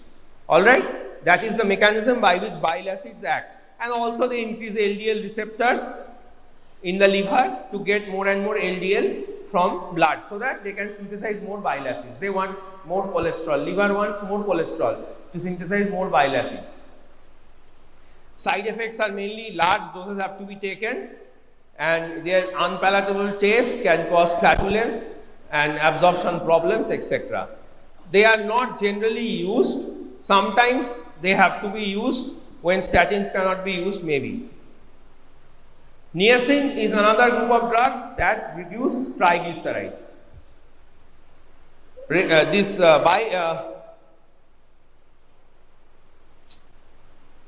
Bile acid sequestrants, that is cholestyramine, they reduce cholesterol. And this group, nicotinic acid or niacin, reduce triglyceride. Again, not so much used, but still, what is the mechanism of action? Mechanism of action is that triglyceride stored in adipose tissue. Okay, what they do is that they inhibit lipolysis of triglyceride in adipose tissue. What happens? Understand that the amount of triglyceride that is circulating in the blood, that causes danger. If in adipose tissue, if it is present, it is not a danger. It is danger in the sense that from adipose tissue, it can come to blood at any time and increase the triglyceride level in blood. But in adipose tissue, it is not a danger. But when from adipose tissue, triglyceride has to come to blood, it has to break down first into free fatty acid, come to blood, and again then get the form of triglyceride. What this group of drugs do, nicotinic acid do, they prevent the breakdown of triglyceride in adipose tissue, so that free fatty acids cannot come to blood, from where again triglycerides can be synthesized. They prevent breakdown of triglycerides in adipose tissue. It comes like, enumerate the drugs for treating hyperlipidemia. If you write down these names, there will be more than enough. And usually small questions come from statins and fibrates, and sometimes maybe an old examiner having some romance towards these drugs can give you one or two small questions on maybe nicotinic acid and others. Okay, so all of you have understood statins. One drug is only left, very small drug, an absorption inhibitor, cholesterol absorption inhibitor. I will show it in that slide is somehow missing. But so all of you have understood how statins act. Okay, even statins and fibrates together. So statins and fibrates, when given together, increases the chance of both hepatotoxicity and myopathy very much. So we have to monitor both liver function and muscle function in the form of CPK. All right. Eta, este.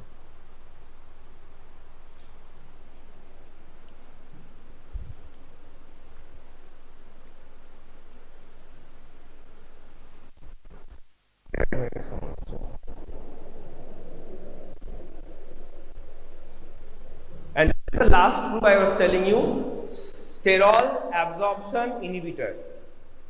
Sterol absorption inhibitor. This drug, ezetimibe, it was 10 years back or 15 years back, it was very aggressively being marketed. Still today, it is being marketed, but its use has reduced, because this ezetimibe, what it does, it just prevents absorption of cholesterol from food. Just prevent absorption of cholesterol from food. How? By inhibiting this transport protein called NPC1L1. NPC1L1, this transport protein is inhibited by this drug, and thus it prevents absorption of cholesterol. And thus it reduces moderately or mildly cholesterol level in the blood. But remember, from the very first slide, or first 2-3 slides, I have been telling you that lipids are also synthesized in our body. Cholesterol is also synthesized in our body, and it is synthesized primarily in liver. So just by reducing or cutting cholesterol from food is of not much help. That is point number one. More importantly, statins, remember, they are not only cholesterol lowering drugs. This is something, even in our day-to-day practice, we have to convince patients. They say our cholesterol is almost normal, why we should take a cholesterol lowering drug? The role of statin is not merely about reducing cholesterol. They, by various mechanisms, reduce the chance of heart attack and stroke in patients who are at high risk of having them. That effect we don't get from ezetimibe. Okay, that is called pleiotropic mechanisms of statin, by various mechanisms, from plaque stabilization to nitric oxide release to free oxygen radical reduction. There are a lot of mechanisms by which statins reduce the chance of heart attack and stroke. That we don't get. That's why its use have gradually declined. Only where statins cannot be used, cholesterol is quite high, at least by lowering cholesterol level we can get some benefit. There it is of some use. There it is of some use. Alright. So remember, statins, fibrates. Very important. Ezetimibe is also still used. Niacin and cholestyramine, they are not so commonly used but might come. In books, a lot of other drugs are written, all newer drugs, not in clinical use, alright, but they are not that important. If you can remember, you can write for getting higher marks, but basic level these are enough, more or less.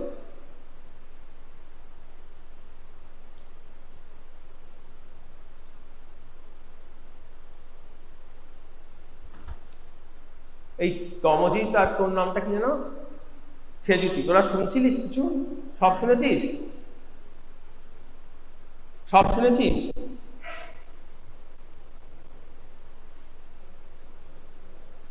Ball. Fibrates.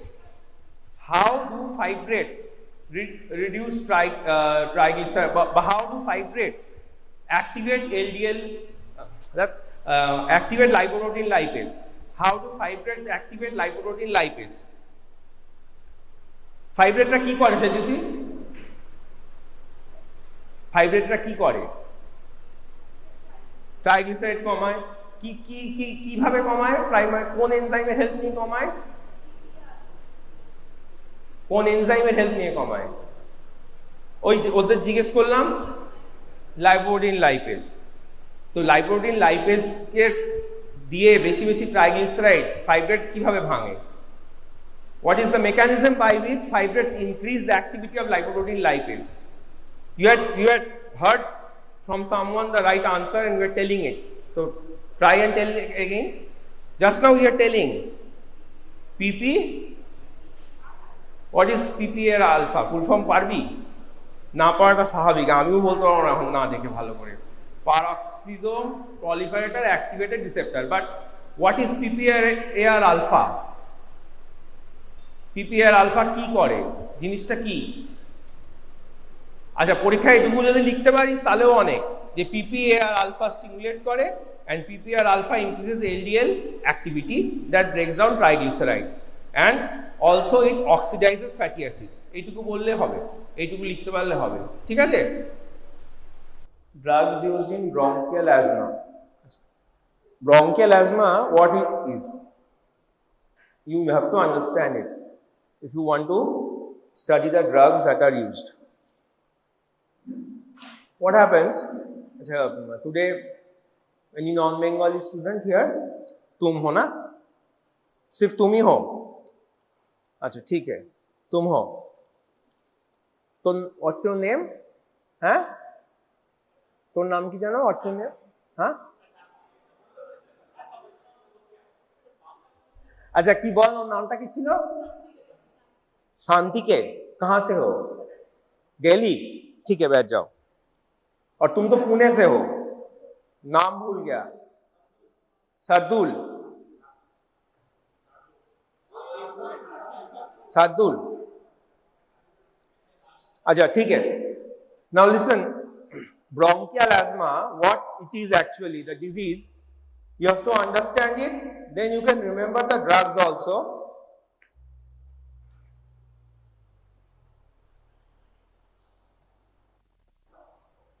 This is the bronchus and it further divides. This is the trachea, further it divides and again it redivides and finally ends in alveoli.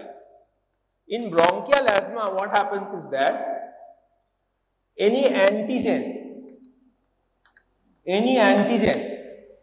when it enters the respiratory tract,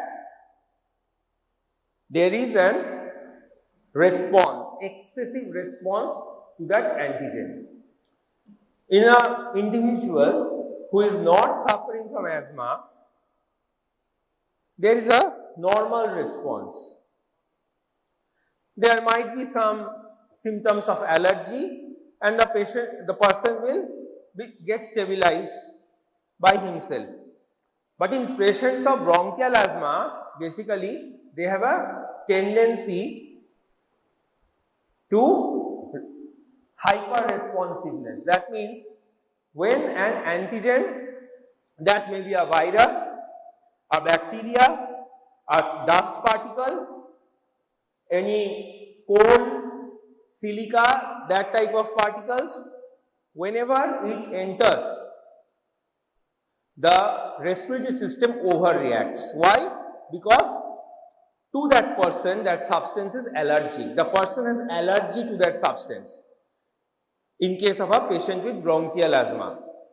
So, the respiratory system overreacts, and as a result of this, there is release of some inflammatory mediators like leukotrienes and histamine. As these inflammatory mediators are released, there is a reaction in the respiratory system leading to further increased inflammation, increased blood supply, increased production of sputum, and last and very important, constriction of the respiratory tract, trachea to bronchus to alveoli. So in a normal person, a virus entering will not trigger any excessive response, but in a person of bronchial asthma, a virus will trigger an excessive response. There will be lot of mucus production, lot of inflammatory mediators will be produced, and there will be bronchoconstriction. And bronchoconstriction and lot of mucus will lead to obstruction of oxygen and carbon dioxide transfer, and as a result the person will suffer from respiratory distress, and there will be also gaseous changes in the blood level, and the person will finally end up in respiratory failure. Oxygen level will fall, carbon dioxide level will be altered, so the person will finally end up in respiratory failure. So how do we treat bronchial asthma? So what are the things that are occurring? You have to understand. The first point is there is bronchoconstriction or constriction of the respiratory system as a whole. So some drugs should be there that will reverse this constriction. That means cause dilation of the respiratory system, or we call it bronchodilation. And when we say dilation of the respiratory system, remember two main parts. One is the larger respiratory tract and the lower, smaller respiratory tracts. Some group of drugs are more effective in the larger tracts, some in the smaller tracts, some equally effective in both. So there has to be bronchodilation. Then I told you there is release of inflammatory mediators, particularly leukotriene and histamine. Histamine and leukotrienes. So if release of these mediators are blocked, or the receptors on which these mediators will act, they are blocked, then you can reduce the symptoms of asthma. The mediators will not be able to act. The mediators are always present inside inflammatory cells, and they have to be released from the inflammatory cells. If we can block the release of the mediators from inflammatory cells, then that is a way how we can control asthma. Or the receptors on which this will act, if we can block the receptors, then that will be how we can control asthma. And most importantly, What type of a disease is this? Some person will have no problem when a dust particle enters, while another person will develop tremendous respiratory distress, cough, production of sputum. So this is basically a patient specific or person specific hyper responsiveness, that is allergy. So we have, and that allergy is leading to hyperinflation. Allergy is leading to excessive inflammation, right? So if we use an agent that can block that allergy, that can also block excessive inflammation, then the root cause of the disease will be checked. And that agent is steroid. You have to remember. The most important drug to treat bronchial asthma is steroid. This should be clear from the very beginning. Steroids are the most important drug, mainly the inhalational steroids. A person who has a persistent asthma, diagnosed as a case of bronchial asthma, has persistent asthma, that person, for that patient, the first line of drug should be inhalational steroid. They will reduce allergy, they will reduce the resulting inflammation and all the other effects of inflammation. They will control the disease from the very root. They are the inhalational steroids. Oral or injectable steroids are also used, but when the disease is very acute. Inhalational and oral steroids cannot be used on a regular basis because they have significant side effects if used on a regular basis. But inhalational steroids have very low side effects. They can be used for years and years without any significant side effect. That's why, because bronchial asthma is a chronic disease, the medicines have to be taken for years and years, if not whole life. We cannot give oral and injectable steroids on a regular basis, but oral and injectable steroids are used when there is lot of disease exacerbation. Patient has excessive symptoms at some point of time. To reduce the symptoms temporarily from that excessive level, we use oral and injectable steroids. Okay? Or sometimes in very refractory asthma that are not being controlled by other drugs, maybe for a few months, we use low dose oral steroids. But generally, oral and injectable steroids are meant for acute exacerbations for a short term. And inhalational steroids are the mainstay of therapy. They are the first line. And inhalational steroids are followed by bronchodilators. Bronchodilators, and among the bronchodilators, most important are the beta-2 agonists. Beta-2 agonists, which can be both short-acting as well as long-acting. And beta-2 agonists are followed by anti-muscarinic agents, like you have studied atropine, anticholinergic drug atropine. There is a atropine substitute, if you remember, ipratropium and tiotropium.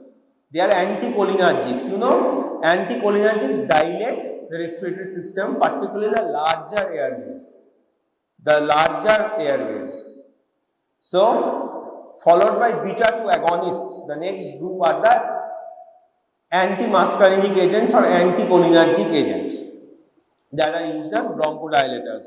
And they are followed by a group of drugs called methylxanthines. The classical among methylxanthines is theophylline. Another is doxophylline. We'll come to the slides. They are not inhalational, they are oral drugs. Alright? They are oral drugs, but they are not the first or second line drugs, they are third line drugs. When a person is suffering from asthma on a chronic basis, not from time to time he or she has respiratory distress, exercise induced or sudden exposure to an antigen, maybe a person, he or she, when suddenly exposed to high amount of antigen or due to heavy exercise, develops occasional respiratory distress. We can call it occasional asthma. Okay. For this type of asthma, beta-2 agonists as bronchodilators can be used as and when required. But when a patient is chronically suffering from bronchial asthma, we need to reduce the disease activity at the very important point, that is the inflammation and allergy has to be reduced, and for them we have to always give inhalational steroids. Inhalational steroids, if alone are not enough to control disease, we add beta 2 agonists. For short term relief, when there is dyspnea, when there is respiratory distress, we give short acting beta 2 agonists. And when we have to give for long term, that's along with inhalation steroid, the patient needs long term bronchodilation, then we give long acting beta 2 agonists. Along with inhalation steroids, we give long acting beta 2 agonists when we are using long term for prophylaxis, but for short term we give short acting beta 2 agonists. Okay, short acting, long acting beta 2 agonists are given along with steroid for short term relief or long term prophylaxis. So inhalational steroid, then beta 2 agonists. Even if now the patient is not controlled, then we add anti-muscarinic agents.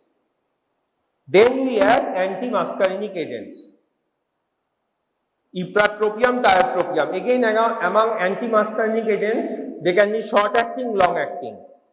Short acting anti-muscarinic agents are used as an on and off basis when they are required, not for long term. But if it is seen that the patient requires long term anti-muscarinic, we give long acting agents. It is, the system works like that. And even after anti-muscarinic agents, the patient is having symptom, then we add theophylline or the methylxanthine group. Okay, and there is another group, that these leukotrienes, they are very important mediators of asthma, leukotrienes, and we use leukotriene receptor blockers, particularly leukotriene 1 receptor blocker called montelukast and zafirlukast. Two medicines are there. They are quite commonly prescribed along with inhalation steroids at the very beginning. All right. So I am again repeating whatever we have discussed so far. Okay, বাংলায় বলছি এবার। Bronchial asthma একটা এমনি মানুষের respiratory ট্র্যাক্টে ধুলো গেল, virus গেল, bacteria গেল, হুট করে তার বিশাল কিছু অসুবিধা হয়ে যায় না। কিন্তু যে অ্যাজমার পেশেন্ট আছে, সে যে জিনিসগুলোর প্রতি অ্যালার্জি, সেটা একটা ভাইরাসের অ্যালার্জি হতে পারে, একটা ব্যাকটেরিয়ার প্রতি অ্যালার্জি হতে পারে, ডাস্টের প্রতি অ্যালার্জি হতে পারে, বিভিন্ন মিনারেলসের প্রতি অ্যালার্জি হতে পারে, সিলিকা, কোল, যেই তার রেসপিরেটরি ট্র্যাক্টে গেল, তার একটা হাইপার রেসপন্স হয়। রেসপিরেটরি ট্র্যাক্ট এক্সেসিভলি রিঅ্যাক্ট করে কি করে, ইনফ্ল্যামেটরি সেলসগুলোকে এমপ্লয় করে দেয়। ইনফ্ল্যামেটরি সেলসগুলো প্রচুর ইনফ্ল্যামেটরি মিডিয়েটার্স রিলিজ করে, হিস্টামিন, লিউকোট্রাইন তার মধ্যে মোস্ট ইম্পর্টেন্ট। সেইগুলো গিয়ে আরো ইনফ্ল্যামেশন বাড়ায়, সিমটমস বাড়ায়, প্রচুর মিউকাস প্রোডাকশন করে, আর ফাইনালি রেসপিরেটরি ট্র্যাক্টটাকে কনস্ট্রিক্ট করে, ছোট করে দেয়, যাতে অক্সিজেন, কার্বন ডাইঅক্সাইড ট্রান্সমিশন ঠিক করে নেওয়া হয়। পেশেন্টের শরীরে অক্সিজেন কমতে থাকে, পেশেন্ট আলটিমেটলি রেসপিরেটরি ফেলিওরের দিকে চলে যায়। তাহলে এটাকে যদি ট্রিটমেন্ট করতে হয়, আমাদের কি কি লেভেলে করতে হবে? প্রথম হচ্ছে এই অ্যালার্জি, এই যে এক্সেসিভ রেসপন্সটা হচ্ছে এটা অ্যালার্জি, এবং that allergy is leading to inflammation. এই অ্যালার্জি ইনফ্লামেশনটাকে কন্ট্রোল করতে হবে। তার জন্য সবচেয়ে ভালো ওষুধ স্টেরয়েড। আমরা ইনহেলেশনাল রুটে স্টেরয়েড অ্যাজমা ইউজ করি রেগুলার বেসিসে, ওটাই হচ্ছে মোস্ট ইম্পর্টেন্ট। যে পেশেন্টের টুকটাক মাঝে মাঝে অ্যাজমার সিমটম হচ্ছে তার কথা আলাদা, বাট মোটামুটি অ্যাজমার ক্রনিক পেশেন্ট যে হয়ে গেছে, একটুতেই অসুবিধা হচ্ছে, তাকে আমরা ইনহেলেশনাল স্টেরয়েডই ফার্স্ট ওষুধ হিসেবে দেব। Oral and injectable steroid use করা হয় রেগুলার বেসিসে নয়, যখন খুব বাড়াবাড়ি হয়ে যায়, অ্যালার্জি খুব বেড়ে গেল, প্রচন্ড শ্বাসকষ্ট, অক্সিজেন লেভেল ফল করছে, অক্সিজেন দিতে হচ্ছে, সেই সময় ওরাল দেওয়া হয়, ইনজেক্টেবলও দেওয়া হয়। ওরাল ইনজেক্টেবল রেগুলার দেওয়া হয় না, কারণ এর সাইড এফেক্ট খুব বেশি, অ্যাজমায় বছরের পর বছর ওষুধ নিতে হয়। এছাড়া আমাদের রয়েছে ব্রঙ্কোডাইলেটার্স। আমার তো এয়ারওয়ে কনস্ট্রিক্ট হয়ে যাচ্ছে, এয়ারওয়েটাকে আমাকে খুলতে হবে, যাতে অক্সিজেন, কার্বন ডাইঅক্সাইড পাস করতে পারে। তার মধ্যে প্রথমে আসে বিটা টু অ্যাগনিস্ট, তারপরে আসে অ্যান্টি মাস্কারিনিক এজেন্টস, আর তারপরে আসে মিথাইল জ্যান্থিন, তিনটে মেন গ্রুপ। বিটা টু অ্যাগনিস্টরা শর্ট অ্যাক্টিং হয়, লং অ্যাক্টিং হয়, আবার অ্যান্টি মাস্কারিনিকরাও শর্ট অ্যাক্টিং হয়, লং অ্যাক্টিং হয়। আমরা ট্রিটমেন্ট শুরু করি ইনহেলেশনাল স্টেরয়েড দিয়ে, আর তার সাথে ইনফ্ল্যামেটরি মিডিয়েটার্স গুলোকে যাতে কন্ট্রোল করা যায় সেই জন্য একটা ইনফ্ল্যামেটরি মিডিয়েটার্স গুলোকে ব্লক করার একটা রিসেপ্টর ব্লকার দিই, লিউকোট্রাইন রিসেপ্টর ব্লকার, এটা দিয়ে আমরা শুরু করি। পেশেন্ট ভালো থাকলে ভালো। পেশেন্ট যদি ভালো না থাকে, ইনহেলেশনাল স্টেরয়েডের পরে সঙ্গে যোগ করা হয় বিটা টু অ্যাগনিস্ট। এবার যদি এরকম হয় যে পেশেন্টের সবসময় অসুবিধা হচ্ছে স্টেরয়েড নিয়েও, তাহলে আমাদেরকে সবসময় তাকে বিটা টু অ্যাগনিস্ট দিতে হবে, সেটা লং অ্যাক্টিং দেওয়া হয়, সারাদিন কাজ করবে দুবার নিলে। আর যদি দেখা যায় মাঝে মাঝে অসুবিধা হচ্ছে, রেস্কিউ হেল্প লাগছে, সবসময় আমার সাপোর্ট দরকার নেই বিটা টু, তাহলে আমরা beta two agonist short acting দেব। এবার স্টেরয়েড বিটা টু ইউজ হচ্ছে, বিটা টু শর্ট নিয়ে হচ্ছে না, স্টেরয়েডের সঙ্গে long acting beta two agonist লাগছে, রাইট? তারপরেও পেশেন্ট ভালো নেই, তখন আমরা অ্যান্টি মাস্কারিনিক্স গুলো দিই। অ্যান্টি মাস্কারিনিক আবার শর্ট টার্ম লং টার্মের একই কনসেপ্ট, মাঝে মাঝে লাগছে আমি শর্ট টার্ম দেব, কিন্তু মাঝে মাঝে না, আমার সব সময় লাগছে আমার সাপোর্ট মানে অ্যান্টি মাস্কারিনিকের সাপোর্ট, তখন আমি লং অ্যাক্টিং গুলো দেবো, কারণ আমার 24 ঘন্টা ওটা সাপোর্ট দিতে হচ্ছে। শর্ট টার্ম কভার দেবো আমি, রোজ 4বার 5বার করে দিতে হবে। এই সব কিছুর পরেও না হলে মিথাইল জ্যান্থিন গ্রুপটাকে অ্যাড করা হয়, এটা ওরাল ট্যাবলেট হয়, ঠিক আছে? এইভাবে হয়। আর আগে এবার আমি পরপর ওষুধগুলো একটু খুব ব্রিফলি দেখছি, ঠিক আছে? This is what we discussed about what asthma is, and in asthma symptoms like breathlessness, shortness of breath, is a chest tightness, cough and wheezing. Now this shows how the pathological process in asthma works. This is an antigen in the respiratory epithelium, antigen. This small dot is the antigen, small dot, and this star-shaped cell, it is the macrophage or dendritic cell. This dendritic cell then process the antigen and present it to helper T cells, Th2 cells, present it to helper T cells. Now what these helper T cells do? They release interleukin 4 and interleukin 5. Interleukin 4 activates plasma cells. These are happening in the blood vessels, in the respiratory tract. All these things are happening. Plasma cells are activated. When plasma cells are activated, these receptors, you can see these receptors grow in the plasma cells. These are called the Fc epsilon receptors. These receptors grow on the when plasma cell is activated,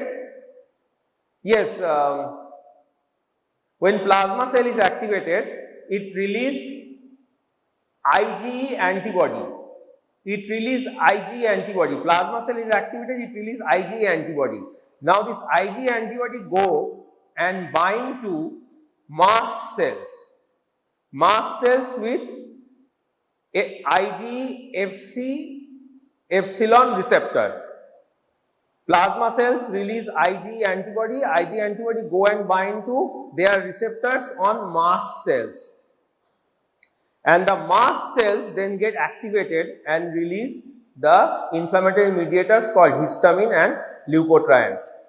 And then they finally result in inflammation, increased vascular permeability, increased mucus production and bronchoconstriction. All right. So this cycle is clear. I am repeating again. Antigen processed by dendritic cell, presented to helper T cells. Helper T cells release interleukin 4 and 5. Interleukin 4 activates plasma cells which release IgE antibodies. IgE antibodies bind to mast cells with the help of their own receptors on mast cells. IgE Fc epsilon receptor, they are called.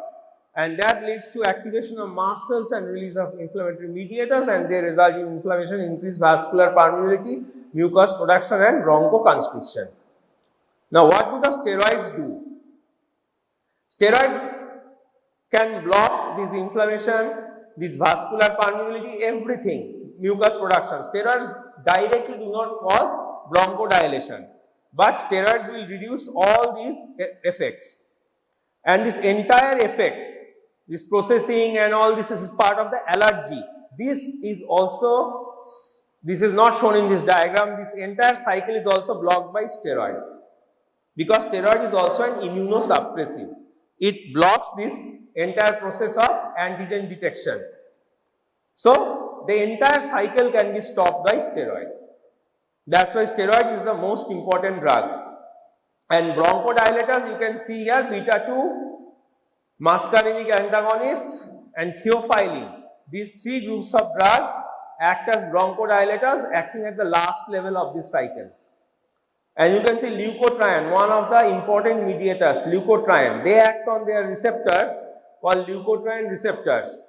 And those receptors are blocked by LT antagonists or montelukast. Earlier there was a drug called sodium chromoglycate, nowadays not used, which was a mast cell stabilizer. What sodium chromoglycate used to do, it will block the release of inflammatory mediators from mast cells. Sodium chromoglycate will block the release of inflammatory mediators from mast cells. Alright? Look here, because many of you will have to explain to me about this diagram. So better you look at it and try and understand. And please see number 8, omalizumab. This you have to remember. This is a very costly drug that is given in subcutaneous route. It directly blocks these receptors. Ig antibody released from plasma cells go and bind to Ig receptors, IgFc epsilon receptor on mast cells. This drug, omalizumab, blocks these receptors. This drug is called a monoclonal antibody. There are special group of medicines, very costly, given always by the injectable route, and they are very liable to cause allergy also. They are human antibodies, you can say, that are prepared outside in the lab with the help of various technologies. They are human antibodies. Okay, they may be completely human, they may be mixed, some part is an animal antibody, some part is a human antibody. Okay, but they are all antibodies with some human component in them that are prepared artificially in the lab. Nowadays, this group of drugs have become very important, but in asthma, they are not so commonly used. It is very costly, and thank God that all the other drugs that we have usually are able to tackle asthma well. Only in very refractory cases, where all drugs have failed, finally we go to omalizumab, which is the anti-IgE antibody. Okay? This diagram is clear to all of you? Huh? Any confusion? Okay, let us move on.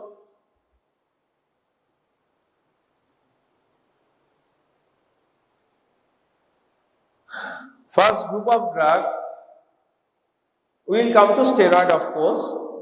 Skip করে যায়নি তো এটা কি ব্যাটারির problem নাকি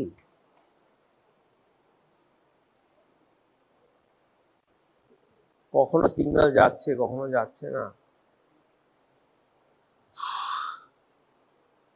এটা দাও thank you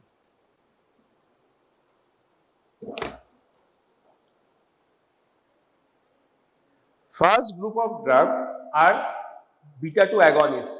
I told you beta 2 agonists, they are bronchodilators. এই তো এখানে বললাম না ব্রঙ্কো কনস্ট্রিকশন হচ্ছে টেনে ওটাকে বড় করা হচ্ছে। বিটা টু অ্যাগনিস্ট আর bronchodilators and generally we use them as an বলতে পারিস as almost as a first line agent along with steroid. শুধু স্টেরয়েডে সাধারণত অ্যাজমা খুব ভালো কন্ট্রোল হয় না except in children. Usually we have to use beta 2 agonists with steroids. Short acting, if they are short acting called SABA or they are long acting called LABA. Okay, short acting are usually used as rescue medication, that is patient is on inhalational steroid. Sometimes the patient is developing symptoms, worrisome symptoms, and you give these short acting drugs. They are used as inhalational drugs, levobuterol, albuterol. Their better name is, you better remember the names, levosalbutamol, salbutamol and tarbutalin. Okay, tarbutalin, levosalbutamol and salbutamol. The same thing, another other name is written here. Levobuterol is actually levosalbutamol and albuterol is salbutamol. So you better remember salbutamol, levosalbutamol and tarbutalin, another drug. They are short-term beta 2 agonists and they are used mainly as rescue medication. Whenever there is excessive symptom, we give them along with the regular steroid that the patient is taking. Almost like first line you can say, because most patients will need them SOS. Now some patients need the support of beta 2 agonists 24/7. For them, giving this short-term relief again and again is not a good choice. For them, we have to use long-acting drugs. Salmeterol and formoterol. They are long-acting, 12 hours duration. So if you give them twice daily, they will control asthma along with the inhalational steroid. So first line is inhalational steroid. Along with them, either we are using regularly salmeterol and formoterol, or SOS basis, on and off basis, we are using salbutamol, levosalbutamol.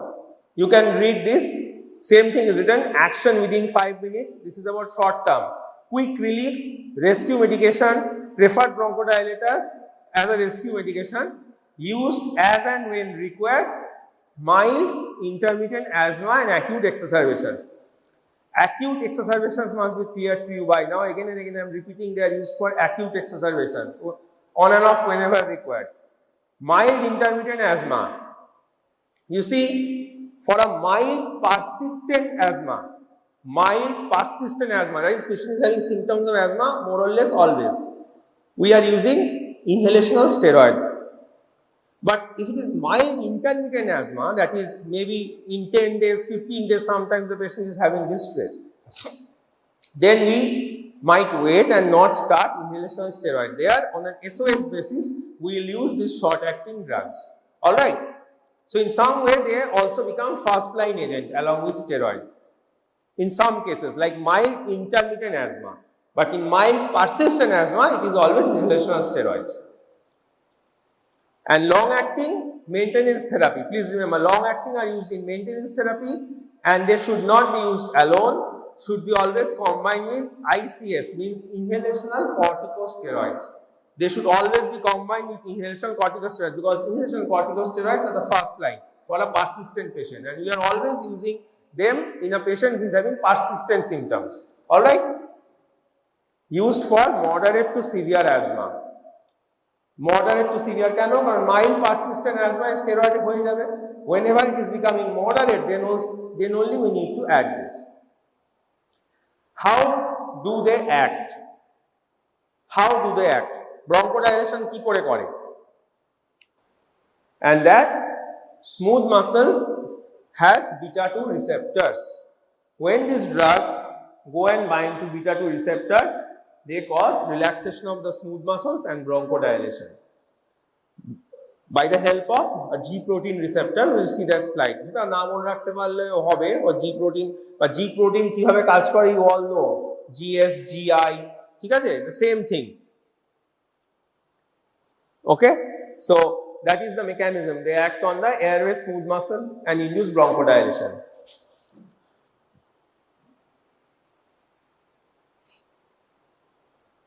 Next are the long-acting, next are the antimuscarinic group of drugs.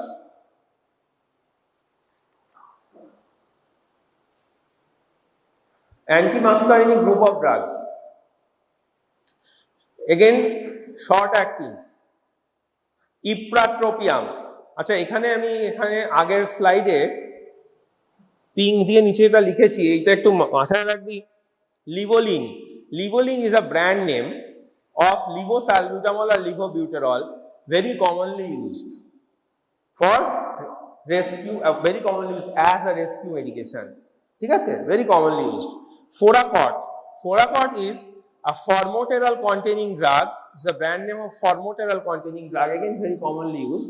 In Foracort along with formoterol you have an inhalational steroid. Remember, always long acting beta 2 agonists are combined with inhalational steroids. So in market also, whenever they are available with steroids. So here is a steroid and there is formoterol. Okay.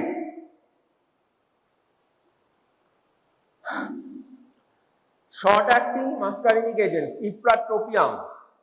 You have to remember the name. They are less efficacious as bronchodilators than beta 2. And how are they used?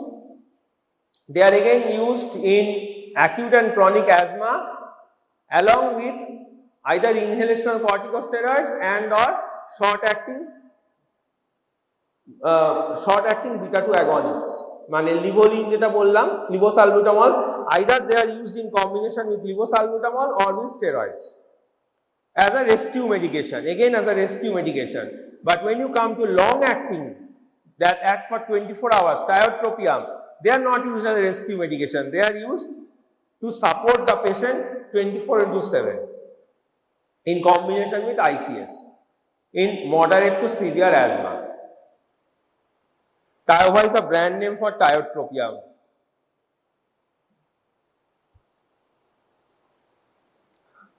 This is this group is called the methylxanthine group. I told you that first we use inhalational steroids. Along with inhalational steroids, we use some anti-allergic type of medications that block leukotrienes. And after, when they fail, we add to them beta 2 agonists. And when beta 2 agonists fail, we add to them antimuscarinics. When antimuscarinics also fail, as a third line agent, we use these bronchodilators, methylxanthines. They are given a slow oral release preparation. Theophylline is the father of the group. Another member is doxophylline. This is commonly used nowadays because it is cardioprotective. Theophylline use has reduced, though some doctors still prefer theophylline very much. Non-selective, how do they act? Now, how do muscarinic agents act? That we have not discussed. Muscarinic agents কিভাবে act করে? The airway tract is innervated by parasympathetic nerves. Parasympathetic nerves release acetylcholine, and acetylcholine causes bronchoconstriction. The anticholinergic agents simply block the effect of acetylcholine and result in bronchodilation. Okay? And how do these drugs act? They inhibit an enzyme called phosphodiesterase. Particularly, they inhibit phosphodiesterase 4. Remember, I will show you the detailed mechanism, but I don't think many of you will be able to remember. So just remember the main thing, that this group of drugs block phosphodiesterase enzyme, which results in bronchodilation. Okay? Another step, if you can remember, that because of inhibition of phosphodiesterase, they result in increased level of cyclic AMP. And increased level of cyclic AMP in the muscles, bronchial smooth muscle cells, will lead to bronchodilation. This is the main mechanism of action, phosphodiesterase enzyme inhibition. And there is another second mechanism of action, not written in this slide, it will come in another slide, is that they block adenosine receptors. Okay, they block adenosine receptors. Adenosine is a substance that leads to bronchoconstriction. When they block adenosine receptors, it results in bronchodilation. So, phosphodiesterase enzyme inhibition and adenosine receptor block.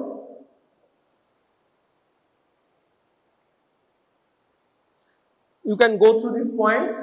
They are not a very good bronchodilator. That's why they are the third agents here used. They also have some anti-inflammatory effect, but they are very narrow margin of safety. If you remember in the chapter of pharmacokinetics, drugs that have low therapeutic index, theophylline name was there, or drugs, okay. So they are very unsafe drugs, have to be very carefully used, and they can result in cardiac arrhythmia and seizures. They are the third line treatment. I have been telling you again and again. Add-on therapy in mild to moderate asthma, especially nocturnal asthma. Some patients have specifically severe symptoms at night. For them, they are very effective. Now, corticosteroids. Corticosteroids, again and again I am telling you, inhalational corticosteroids, the mainstay of treatment of bronchial asthma. First line, very important, must remember the names: budesonide, fluticasone, beclomethasone. You must remember the names. Budesonide, fluticasone, beclomethasone. They suppress inflammation, suppress allergy, they suppress everything that goes wrong in bronchial asthma. Only they cannot cause bronchodilation. And there is a very difficult concept that they suppress inflammatory genes. See, the steroids from A to Z, whatever protein leads to inflammation, the steroids reduce their level. So they actually act right from the DNA level, right from the genetic level. You know, from DNA there is genes. From gene, by transcription we get mRNA, and from mRNA by translation we get proteins. Okay, these proteins, these inflammatory proteins, steroids, what they do, they act at the genetic level, right at the level of the genes in the DNA, and they reduce production of different types of inflammatory proteins. They may be the mediators of inflammation like histamine, like leukotrienes, or they may be even some enzymes that help in production of these mediators. The entire pathway of inflammation, right from the genetic level, from where the synthesis starts of all the various inflammatory proteins, synthesis starts, right from there, steroids block. So they have a very broad spectrum of anti-inflammatory action. That's why in bronchial asthma they are so useful. Suppress inflammatory genes and reduce synthesis of inflammatory mediators. They are the first line of treatment of asthma and used in mild to moderate asthma and all types of asthma. It's not that when a patient develops severe asthma, we stop steroids. We use steroid at the highest dose and then we go on adding other substances. So a bronchial asthma patient who is a defined, diagnosed bronchial asthma patient will always get a inhalational steroid, always. Okay, there is another disease similar to bronchial asthma that has respiratory distress called chronic obstructive pulmonary disease, COPD. That will be taken up in the next class. I will not be taking that class. But the main difference in COPD and asthma treatment is that COPD is not an inflammatory disease or an allergic disease, but asthma is. That is why inhalational steroid is not the first line of treatment in COPD. Allergic disease, not an inflammatory disease like asthma. Like in COPD, steroids are not the first line, but asthma is an allergic inflammatory disease. That's why steroid is the first line. Okay.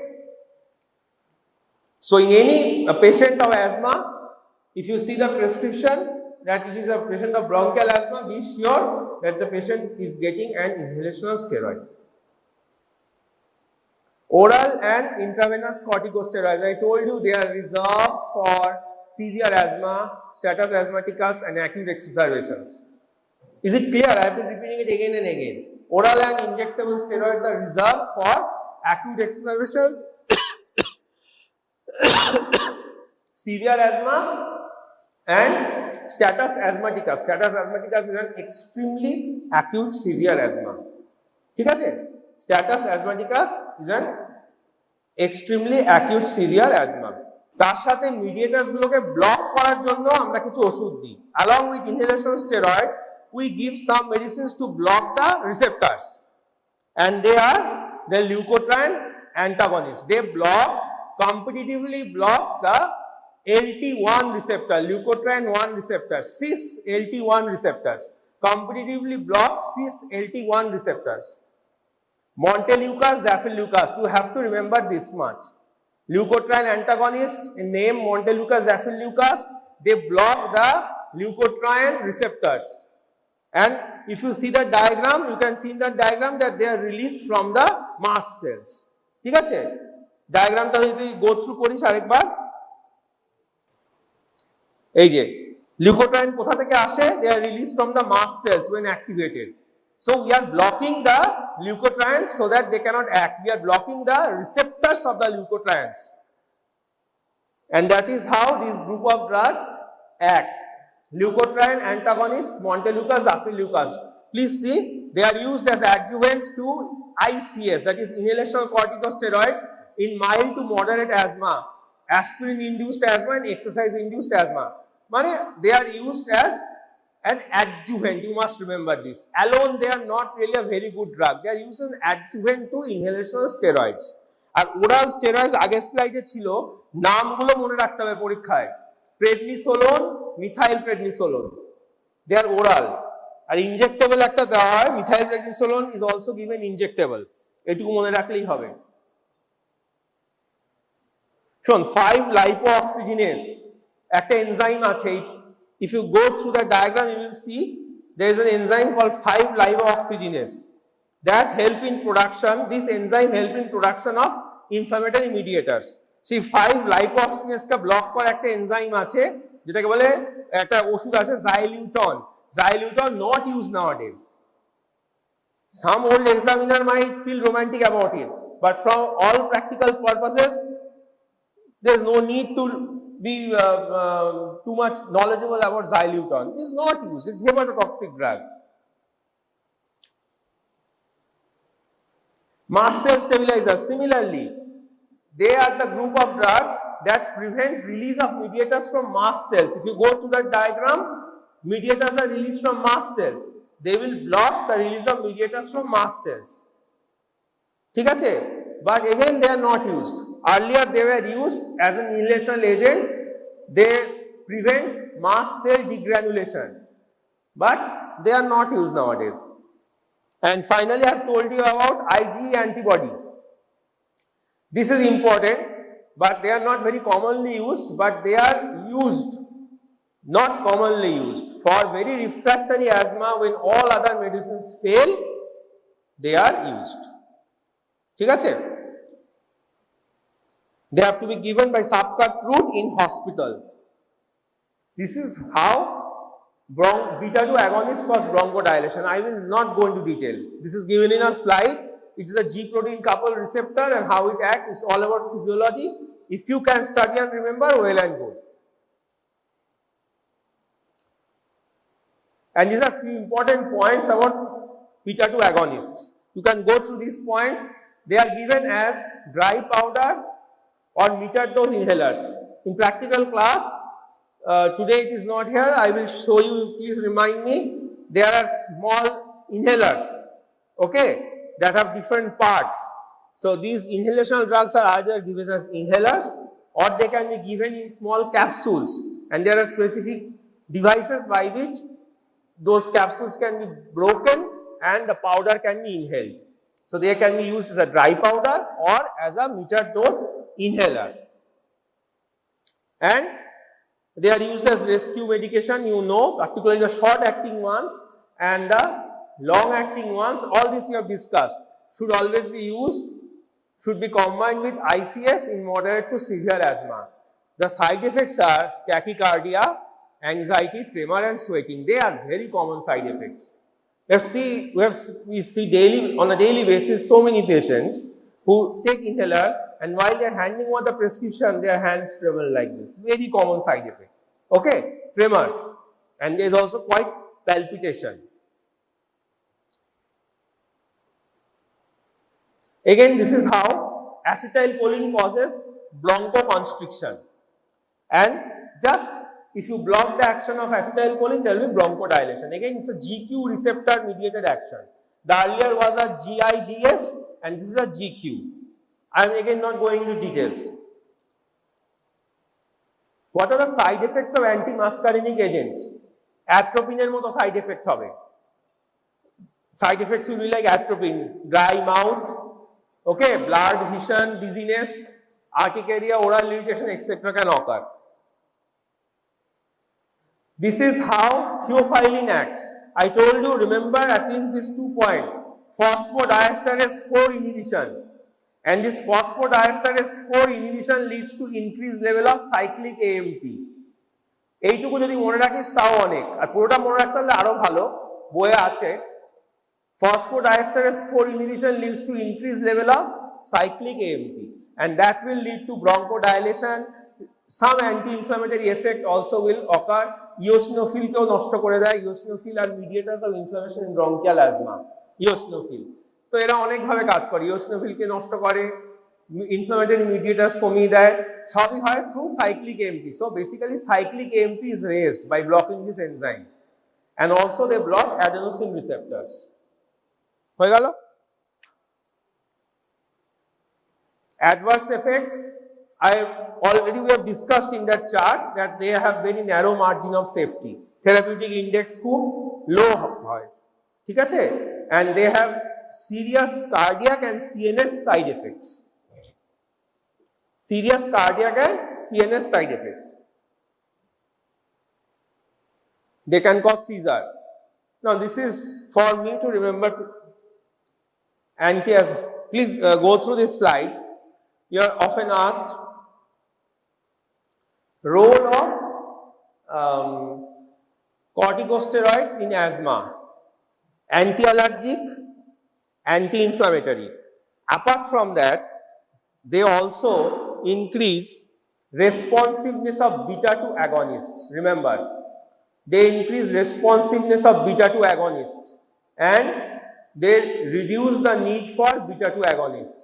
So this is another additional advantage of using steroids, inhalational steroids. And inhaled corticosteroids are the first line of treatment, okay? And one point, they also retard disease progression. This is important, retard disease progression, because they have their anti-inflammatory effect. You know, I told you that at the genetic level, right from the gene level, the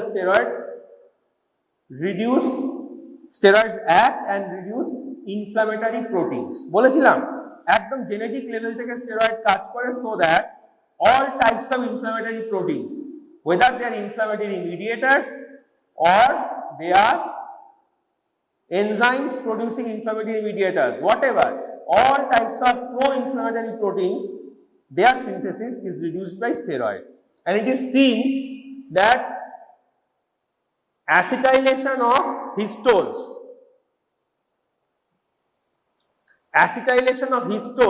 in the nucleus, in the chromatin. If you can remember this, acetylation of histones actually lead to the anti-inflammatory effect of steroids. In the nucleus, there is chromatin. Chromatin consists of DNA, and DNA are wrapped around proteins called histones. In our nucleus, DNA is wrapped around proteins called histones. It is seen that if there is acetylation of those histones, right, acetylation of histone proteins in the nucleus leads to production of more inflammatory proteins. So steroids actually increases acetylation of histones. Okay, sorry, steroids decrease acetylation of histones. As steroids decrease acetylation of histones, there is less production of inflammatory proteins. এই কনসেপ্টটা মনে রাখতে হলে ভালো, it is going again into very microscopic level, but everything is given in book. You digest as much as you can. ঠিক আছে? One thing is left, when I will show you, please remind me to show you those meter dose inhalers and nebulizer mask, whatever is there related to bronchial asthma in the next class, or someday we will have a lot of classes in future. Please remind me, then ask me to discuss that why beta 2 agonists, particularly long acting beta 2 agonists, should not be used long term.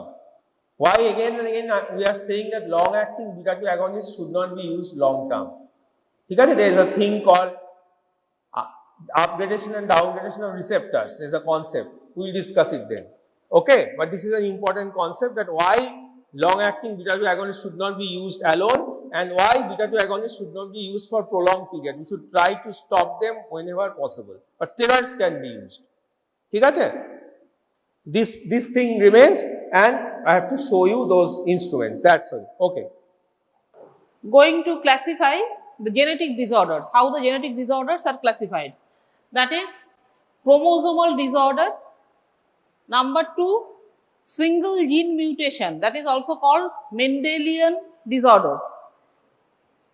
Next is single gene disorder which do not follow a classical pattern, and multifactorial defect. এই এত রকম genetic disorder হতে পারে, কিন্তু আমরা সবগুলো নিয়ে এখন ডিসকাশন করব না। আমরা সরাসরি চলে যাব ক্রোমোজোমাল ডিসঅর্ডারে। ক্রোমোজোমাল ডিসঅর্ডার কি কি হয়? Out of total number of 46 chromosomes, 2 chromosomes are sex chromosome and rest 44s are autosome. Sex chromosomes, XX in female and XY in male, that we all know. Rest 44s are autosomes, and disorders in autosomes are called autosomal disorder. Autosomal disorder, there are 3 classification that is very common. We are going to discuss on these 3 only autosomal disorders. Trisomy 21,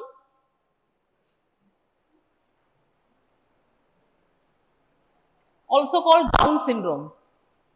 Trisomy 18, also called Edwards syndrome, and trisomy 13, also called Patayu syndrome. All these 3 are autosomal disorders.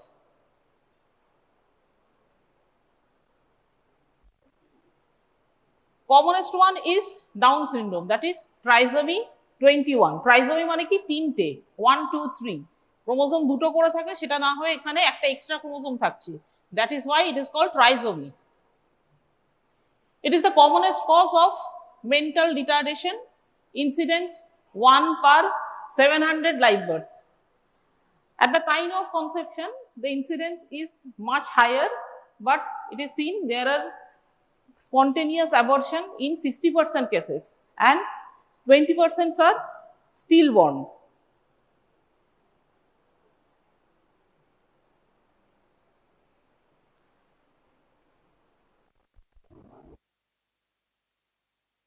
Going to discuss the pathogenesis, how these extra chromosomes are formed. Pathogenesis. Pathogenesis, there are 3 mechanisms of Down syndrome. First of all is non-disjunction. Non-disjunction, non-disjunction, it is the failure of paired chromosome, that is chromatid, to separate out during the first meiotic division. Chromosome separate হতে পারছে না, একসাথে থেকে যাচ্ছে। তাহলে ফলাফলটা কি হচ্ছে? This one of the gamete will contain both the chromosome and another contain nothing. So during fertilization, one of the chromosome is further added up with 1 chromosome from another gamete, that is 2 plus 1, that is 3 or trisomy. বোঝা গেল?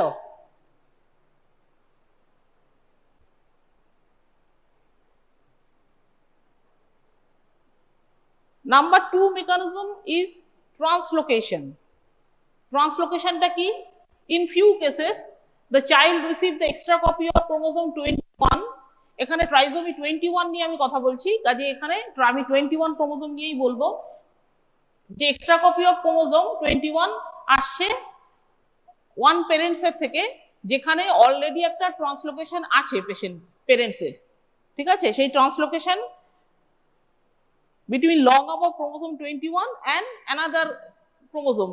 For example, এখানে বলা হয়েছে chromosome 14, that is Robertsonian chromosome. So translocation কি হচ্ছে, already একটা translocation আছে, সেখান থেকে এক এক্সট্রা কপি অফ ক্রোমোসোম 21 চলে আসছে, that is called translocation. Third number mechanism is mosaicism. What is mosaicism? During early stage of embryogenesis, some somatic cells undergo non-disjunction during meiotic division. যেটা আগেই বললাম, non-disjunction হয়েছে, এক্সট্রা কপি অফ ক্রোমোসোম রয়ে গেছে, এবং হ্যাঁ and there are few normal chromosome also. মানে mosaic মানে কি, মিলিয়ে মিশিয়ে আছে, নরমাল আছে, অ্যাবনর্মাল আছে, নরমাল আছে, অ্যাবনর্মাল আছে, এই প্যাটার্নটাকে আমরা বলি মোজাইসিজম। সেই মোজাইসিজমের জন্য কিছু এরকম ট্রাইজোমি 21 তৈরি হবে, যদিও এর ক্লিনিক্যাল ম্যানিফেস্টেশন কিন্তু মাইল্ডার হয় অন্যগুলোর থেকে। আচ্ছা, এই ছবিটাতে কি দেখানো হচ্ছে? এই ছবিটাতে দেখানো হচ্ছে এখানে, এই পয়েন্ট কোথায় করা যাবে, যা কি হলো, পয়েন্ট কোথায় করা যাবে, এটা এখানে দেখা যাচ্ছে একটা এক্সট্রা কপি অফ ক্রোমোসোম আছে, 21 নাম্বার যে ক্রোমোসোম, সেখানে কিন্তু 3টে ক্রোমোসোম আছে, তো সেই জন্য এটা হচ্ছে trisomy 21. The picture represents the karyotype of Down syndrome or trisomy 21. 21 number যে ক্রোমোসোম, সেটা কিন্তু 3টে আছে, বাকিগুলো তো সব দুটো দুটো দুটো দুটো, এখানে গিয়ে দেখা যাচ্ছে 3টে আছে, that is trisomy 21.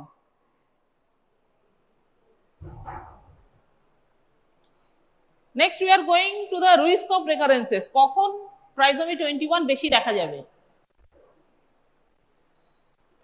First number হচ্ছে maternal age.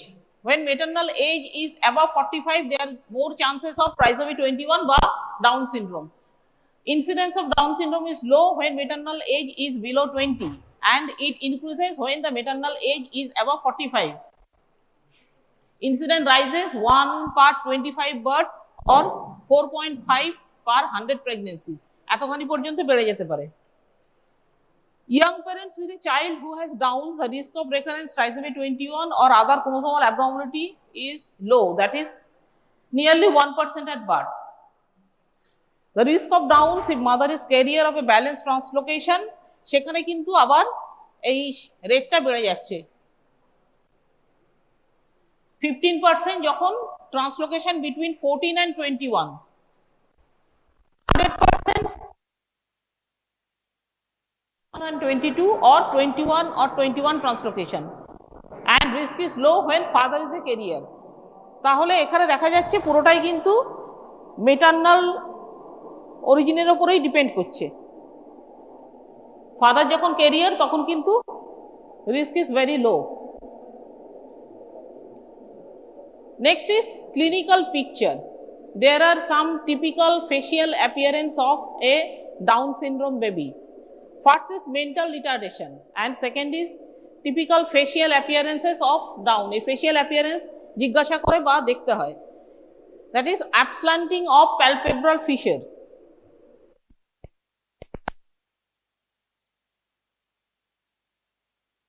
Palpebral fissure, single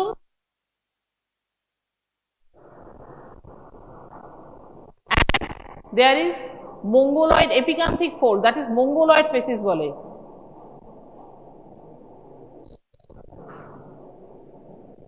Nose is small, flat face, nose small, low breached, epicanthal fold of eye gives a mongoloid appearance.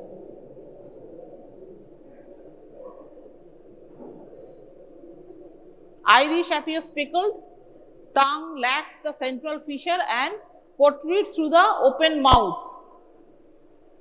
That is the facial appearance. Children are usually short,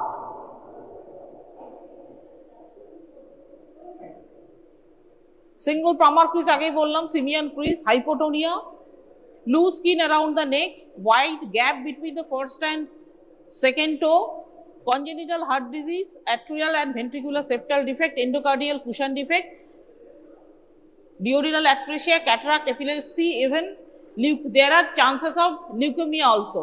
So there are multiple congenital malformation and typical facial appearances typical of Downs. That is the picture.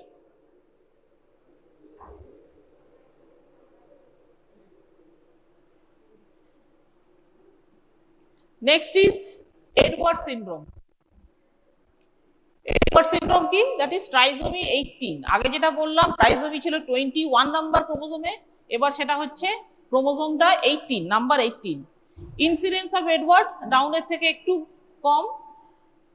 It is 1 per 3000 live birth. At the time of conception একই রকম ভাবে incidence is high and 95% are spontaneously aborted. কনসেপশনের সময় যতটা থাকে ততখানি কিন্তু থাকে না, abortion হয়, অনেকটাই নষ্ট হয়। একই রকম নন ডিসজাংশন, আগে যা যা বলেছি, it is the failure of paired chromosome to separate out during the first or second meiotic division. This result in an extra chromosome. যে একই রকম ভাবে যেটা ডাউনসে বলেছিলাম এখানেও একই জিনিস হবে, ডিউরিং meiotic division ক্রোমাটিড গুলো সেপারেট হতে পারছে না, এই করে একটা এক্সট্রা ক্রোমোজোম তৈরি হচ্ছে। ডাউনসে হচ্ছিল 21 নম্বরে, এখানে হচ্ছে 18 নম্বরে। তো এটাকে সেই জন্য আমরা বলছি ট্রাইসোমি 18। একই রকম ভাবে এখানে ট্রান্সলোকেশনও হয়, কিন্তু সেটা খুব রেয়ার। মোজাইসিসমও এখানে খুব রেয়ার। রিস্ক অফ রেকারেন্স এখানে খুবই কম, অ্যাবনর্মালিটি হচ্ছে 1.2%। This is the picture showing the karyotype of trisomy 18. এখান থেকে পরপর গুনলে এটা হচ্ছে নাম্বার 18 নাম্বার অফ ক্রোমোজোম, এবং 18 নাম্বার ক্রোমোজোমে এটা ট্রাইসোমি 18 করছে।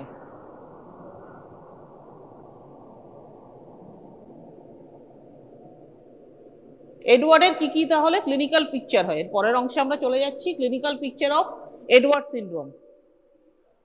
Low birth weight, mental retardation, এবং এখানেও কিছু টিপিক্যাল ফেসিয়াল অ্যাপিয়ারেন্সেস থাকবে। সেটা হলো small chin, prominent occiput, low set and malformed ear, clinched hand. এখানেও আছে single palmar crease, overlapping index and fifth finger, short sternum, rocker bottom feet, malformation of heart and kidney. There are multiple congenital malformations. That is the picture. Prominent occiput, clenched hand and aerial aplasia, cardiac abnormality, spina bifida, small and low set ears, esophageal atresia. As a whole, there are multiple congenital abnormalities and there are typical facial features of trisomy 18 like ডাউনসে যেমন থাকে একটা typical features, এখানেও সেরকম typical কিছু features facial appearance দেখা যায়।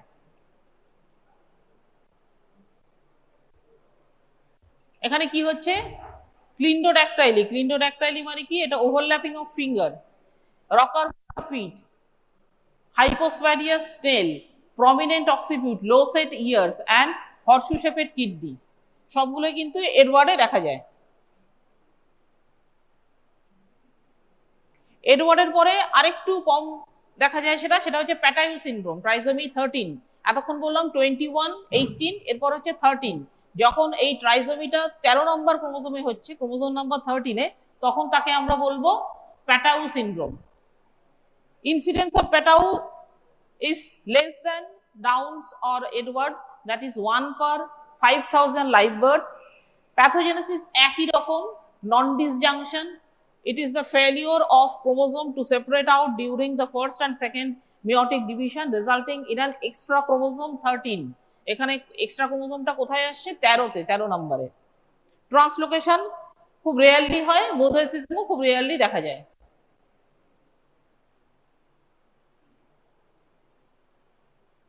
এখানে ট্রাইসোমি 13-এর কি দেখা যাচ্ছে? Small head, low set ear, এবং তার সাথে কনজেনিটাল ম্যালফরমেশন রয়েছে, ক্লেফট প্যালেট।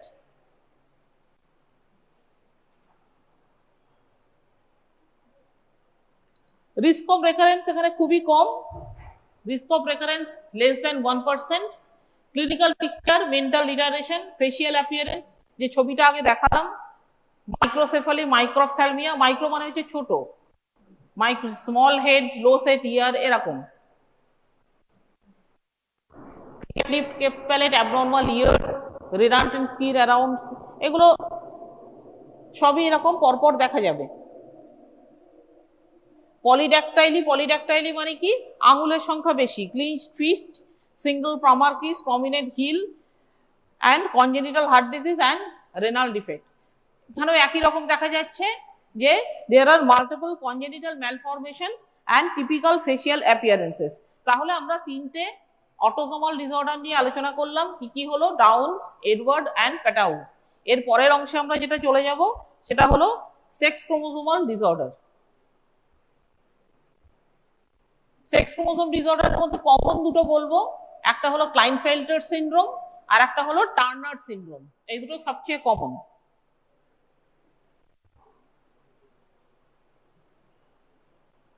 প্রথমে চলে যাচ্ছি ক্লাইনফেল্টার সিনড্রোম। ক্লাইনফেল্টার সিনড্রোম বা 47X of commonest cause of hypogonadism। হাইপোগোনাডিজমের খুব কমন কজ, মেলদের মধ্যে ইনসিডেন্স হচ্ছে 1/1000 male. Klinefelter syndrome actually is a testicular dysgenesis, that is hypogonadism যেটাকে আমরা বলছি, which is associated with presence of one or more extra X chromosome, excess of normal male XY chromosome। মানে কি, normal মেলের যে XY chromosome থাকে তার সাথে একটা করে এক্সট্রা X ক্রোমোসোম থাকে এখানে, এটাই এখানকার ক্রোমোসোমাল অ্যাবনর্মালিটি।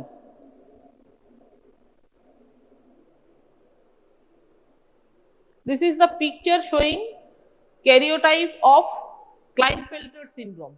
এখানে আমরা কি দেখতে পাচ্ছি, বাকি সব ক্রোমোসোম দুটো দুটো দুটো, এখানে গিয়ে XXY, XY এর সাথে একটা X ক্রোমোসোম রয়েছে, ঠিক আছে। 47XXY যেটা বললাম, ক্যারিওটাইপে আমরা কি দেখছি এখানে XXY, XY এর সাথে একটা X ক্রোমোসোম রয়েছে, that is the karyotype of Klinefelter syndrome. Pathogenesis এখানে সে একই আসছে, non disjunction. In 60% cases extra X chromosome is of maternal origin and 40% of paternal origin। maternal originটা বেশি, paternal origin একটু কম। 47XXY karyotype এটাই commonest, 81% cases. 46XY or 47XY karyotype আরেকটু কম, 15%, and 47XXY or 48XXY মানে দুটো এক্সট্রা X ক্রোমোসোম, সেটা হচ্ছে rarest, কিন্তু দেখা যায় না যে তা নয়, দেখা যায়।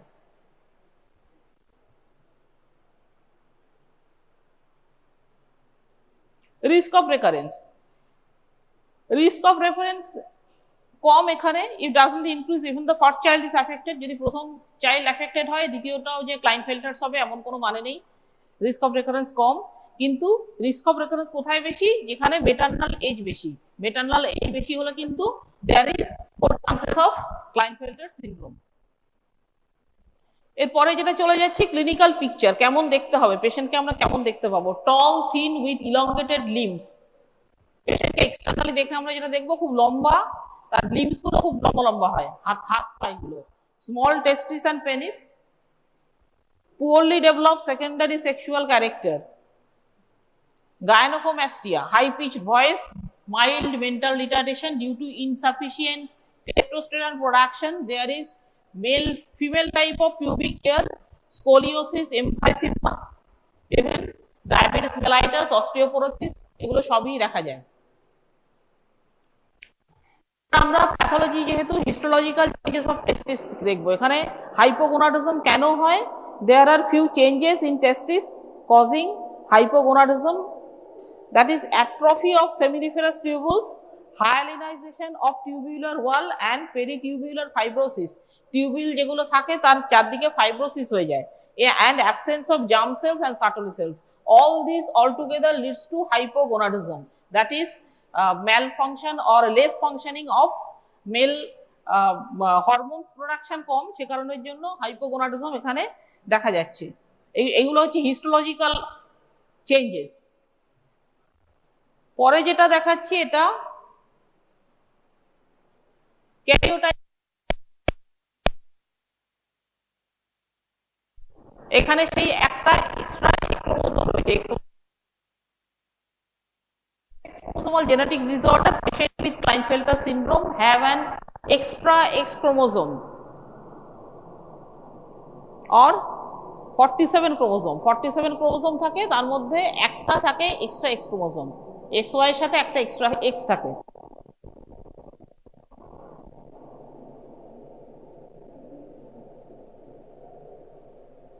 Klinefelter syndrome or XXY male। এখানে কি দেখা যায় যে ফেমিনিন ক্যারেক্টার, টল, কিন্তু নর্মাল ইন্টেলিজেন্স বা লাইফ স্প্যান এগুলো সব নর্মাল থাকে।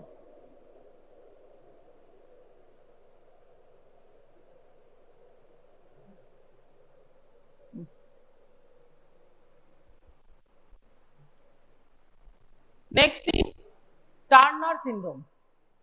টার্নার সিনড্রোম কি? There is complete or partial loss of one X chromosome, that is monosomy of X। দুটো X ক্রোমোসোমের মধ্যে একটা X ক্রোমোসোম থাকে না, complete or partial loss of X chromosome, that is monosomy of X। হলে কি হয় সেখানে একই জিনিস, হাইপোগোনাডিজম। ইনসিডেন্সটা দেখা যায় ফিমেলদের মধ্যে 1 in 500 female born. Turner syndrome is caused by complete or partial loss of one X chromosome, that is partial or complete monosomy। ফেনোটাইপিক্যালি এরা কিন্তু ফিমেল, ফেনোটাইপিক্যালি ফিমেল, আদারওয়াইজ অন্য কোনো সমস্যা নেই, কিন্তু X ক্রোমোসোম একটা কম থাকার জন্য হাইপোগোনাডিজম হবে। প্যাথোজেনেসিস কি হয়, কিভাবে এটা হচ্ছে?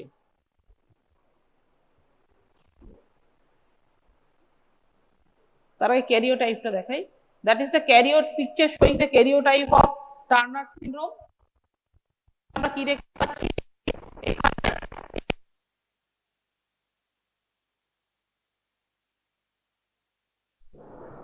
ঠিক আছে, 46 এর বদলে একটা X ক্রোমোসোম নেই, এটা হলো 45X।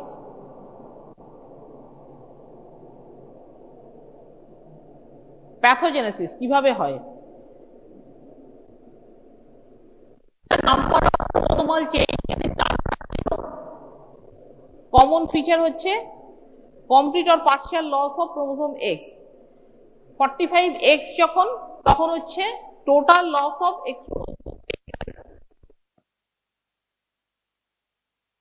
10 এটা একটা ডিভিশন অফ পিয়ার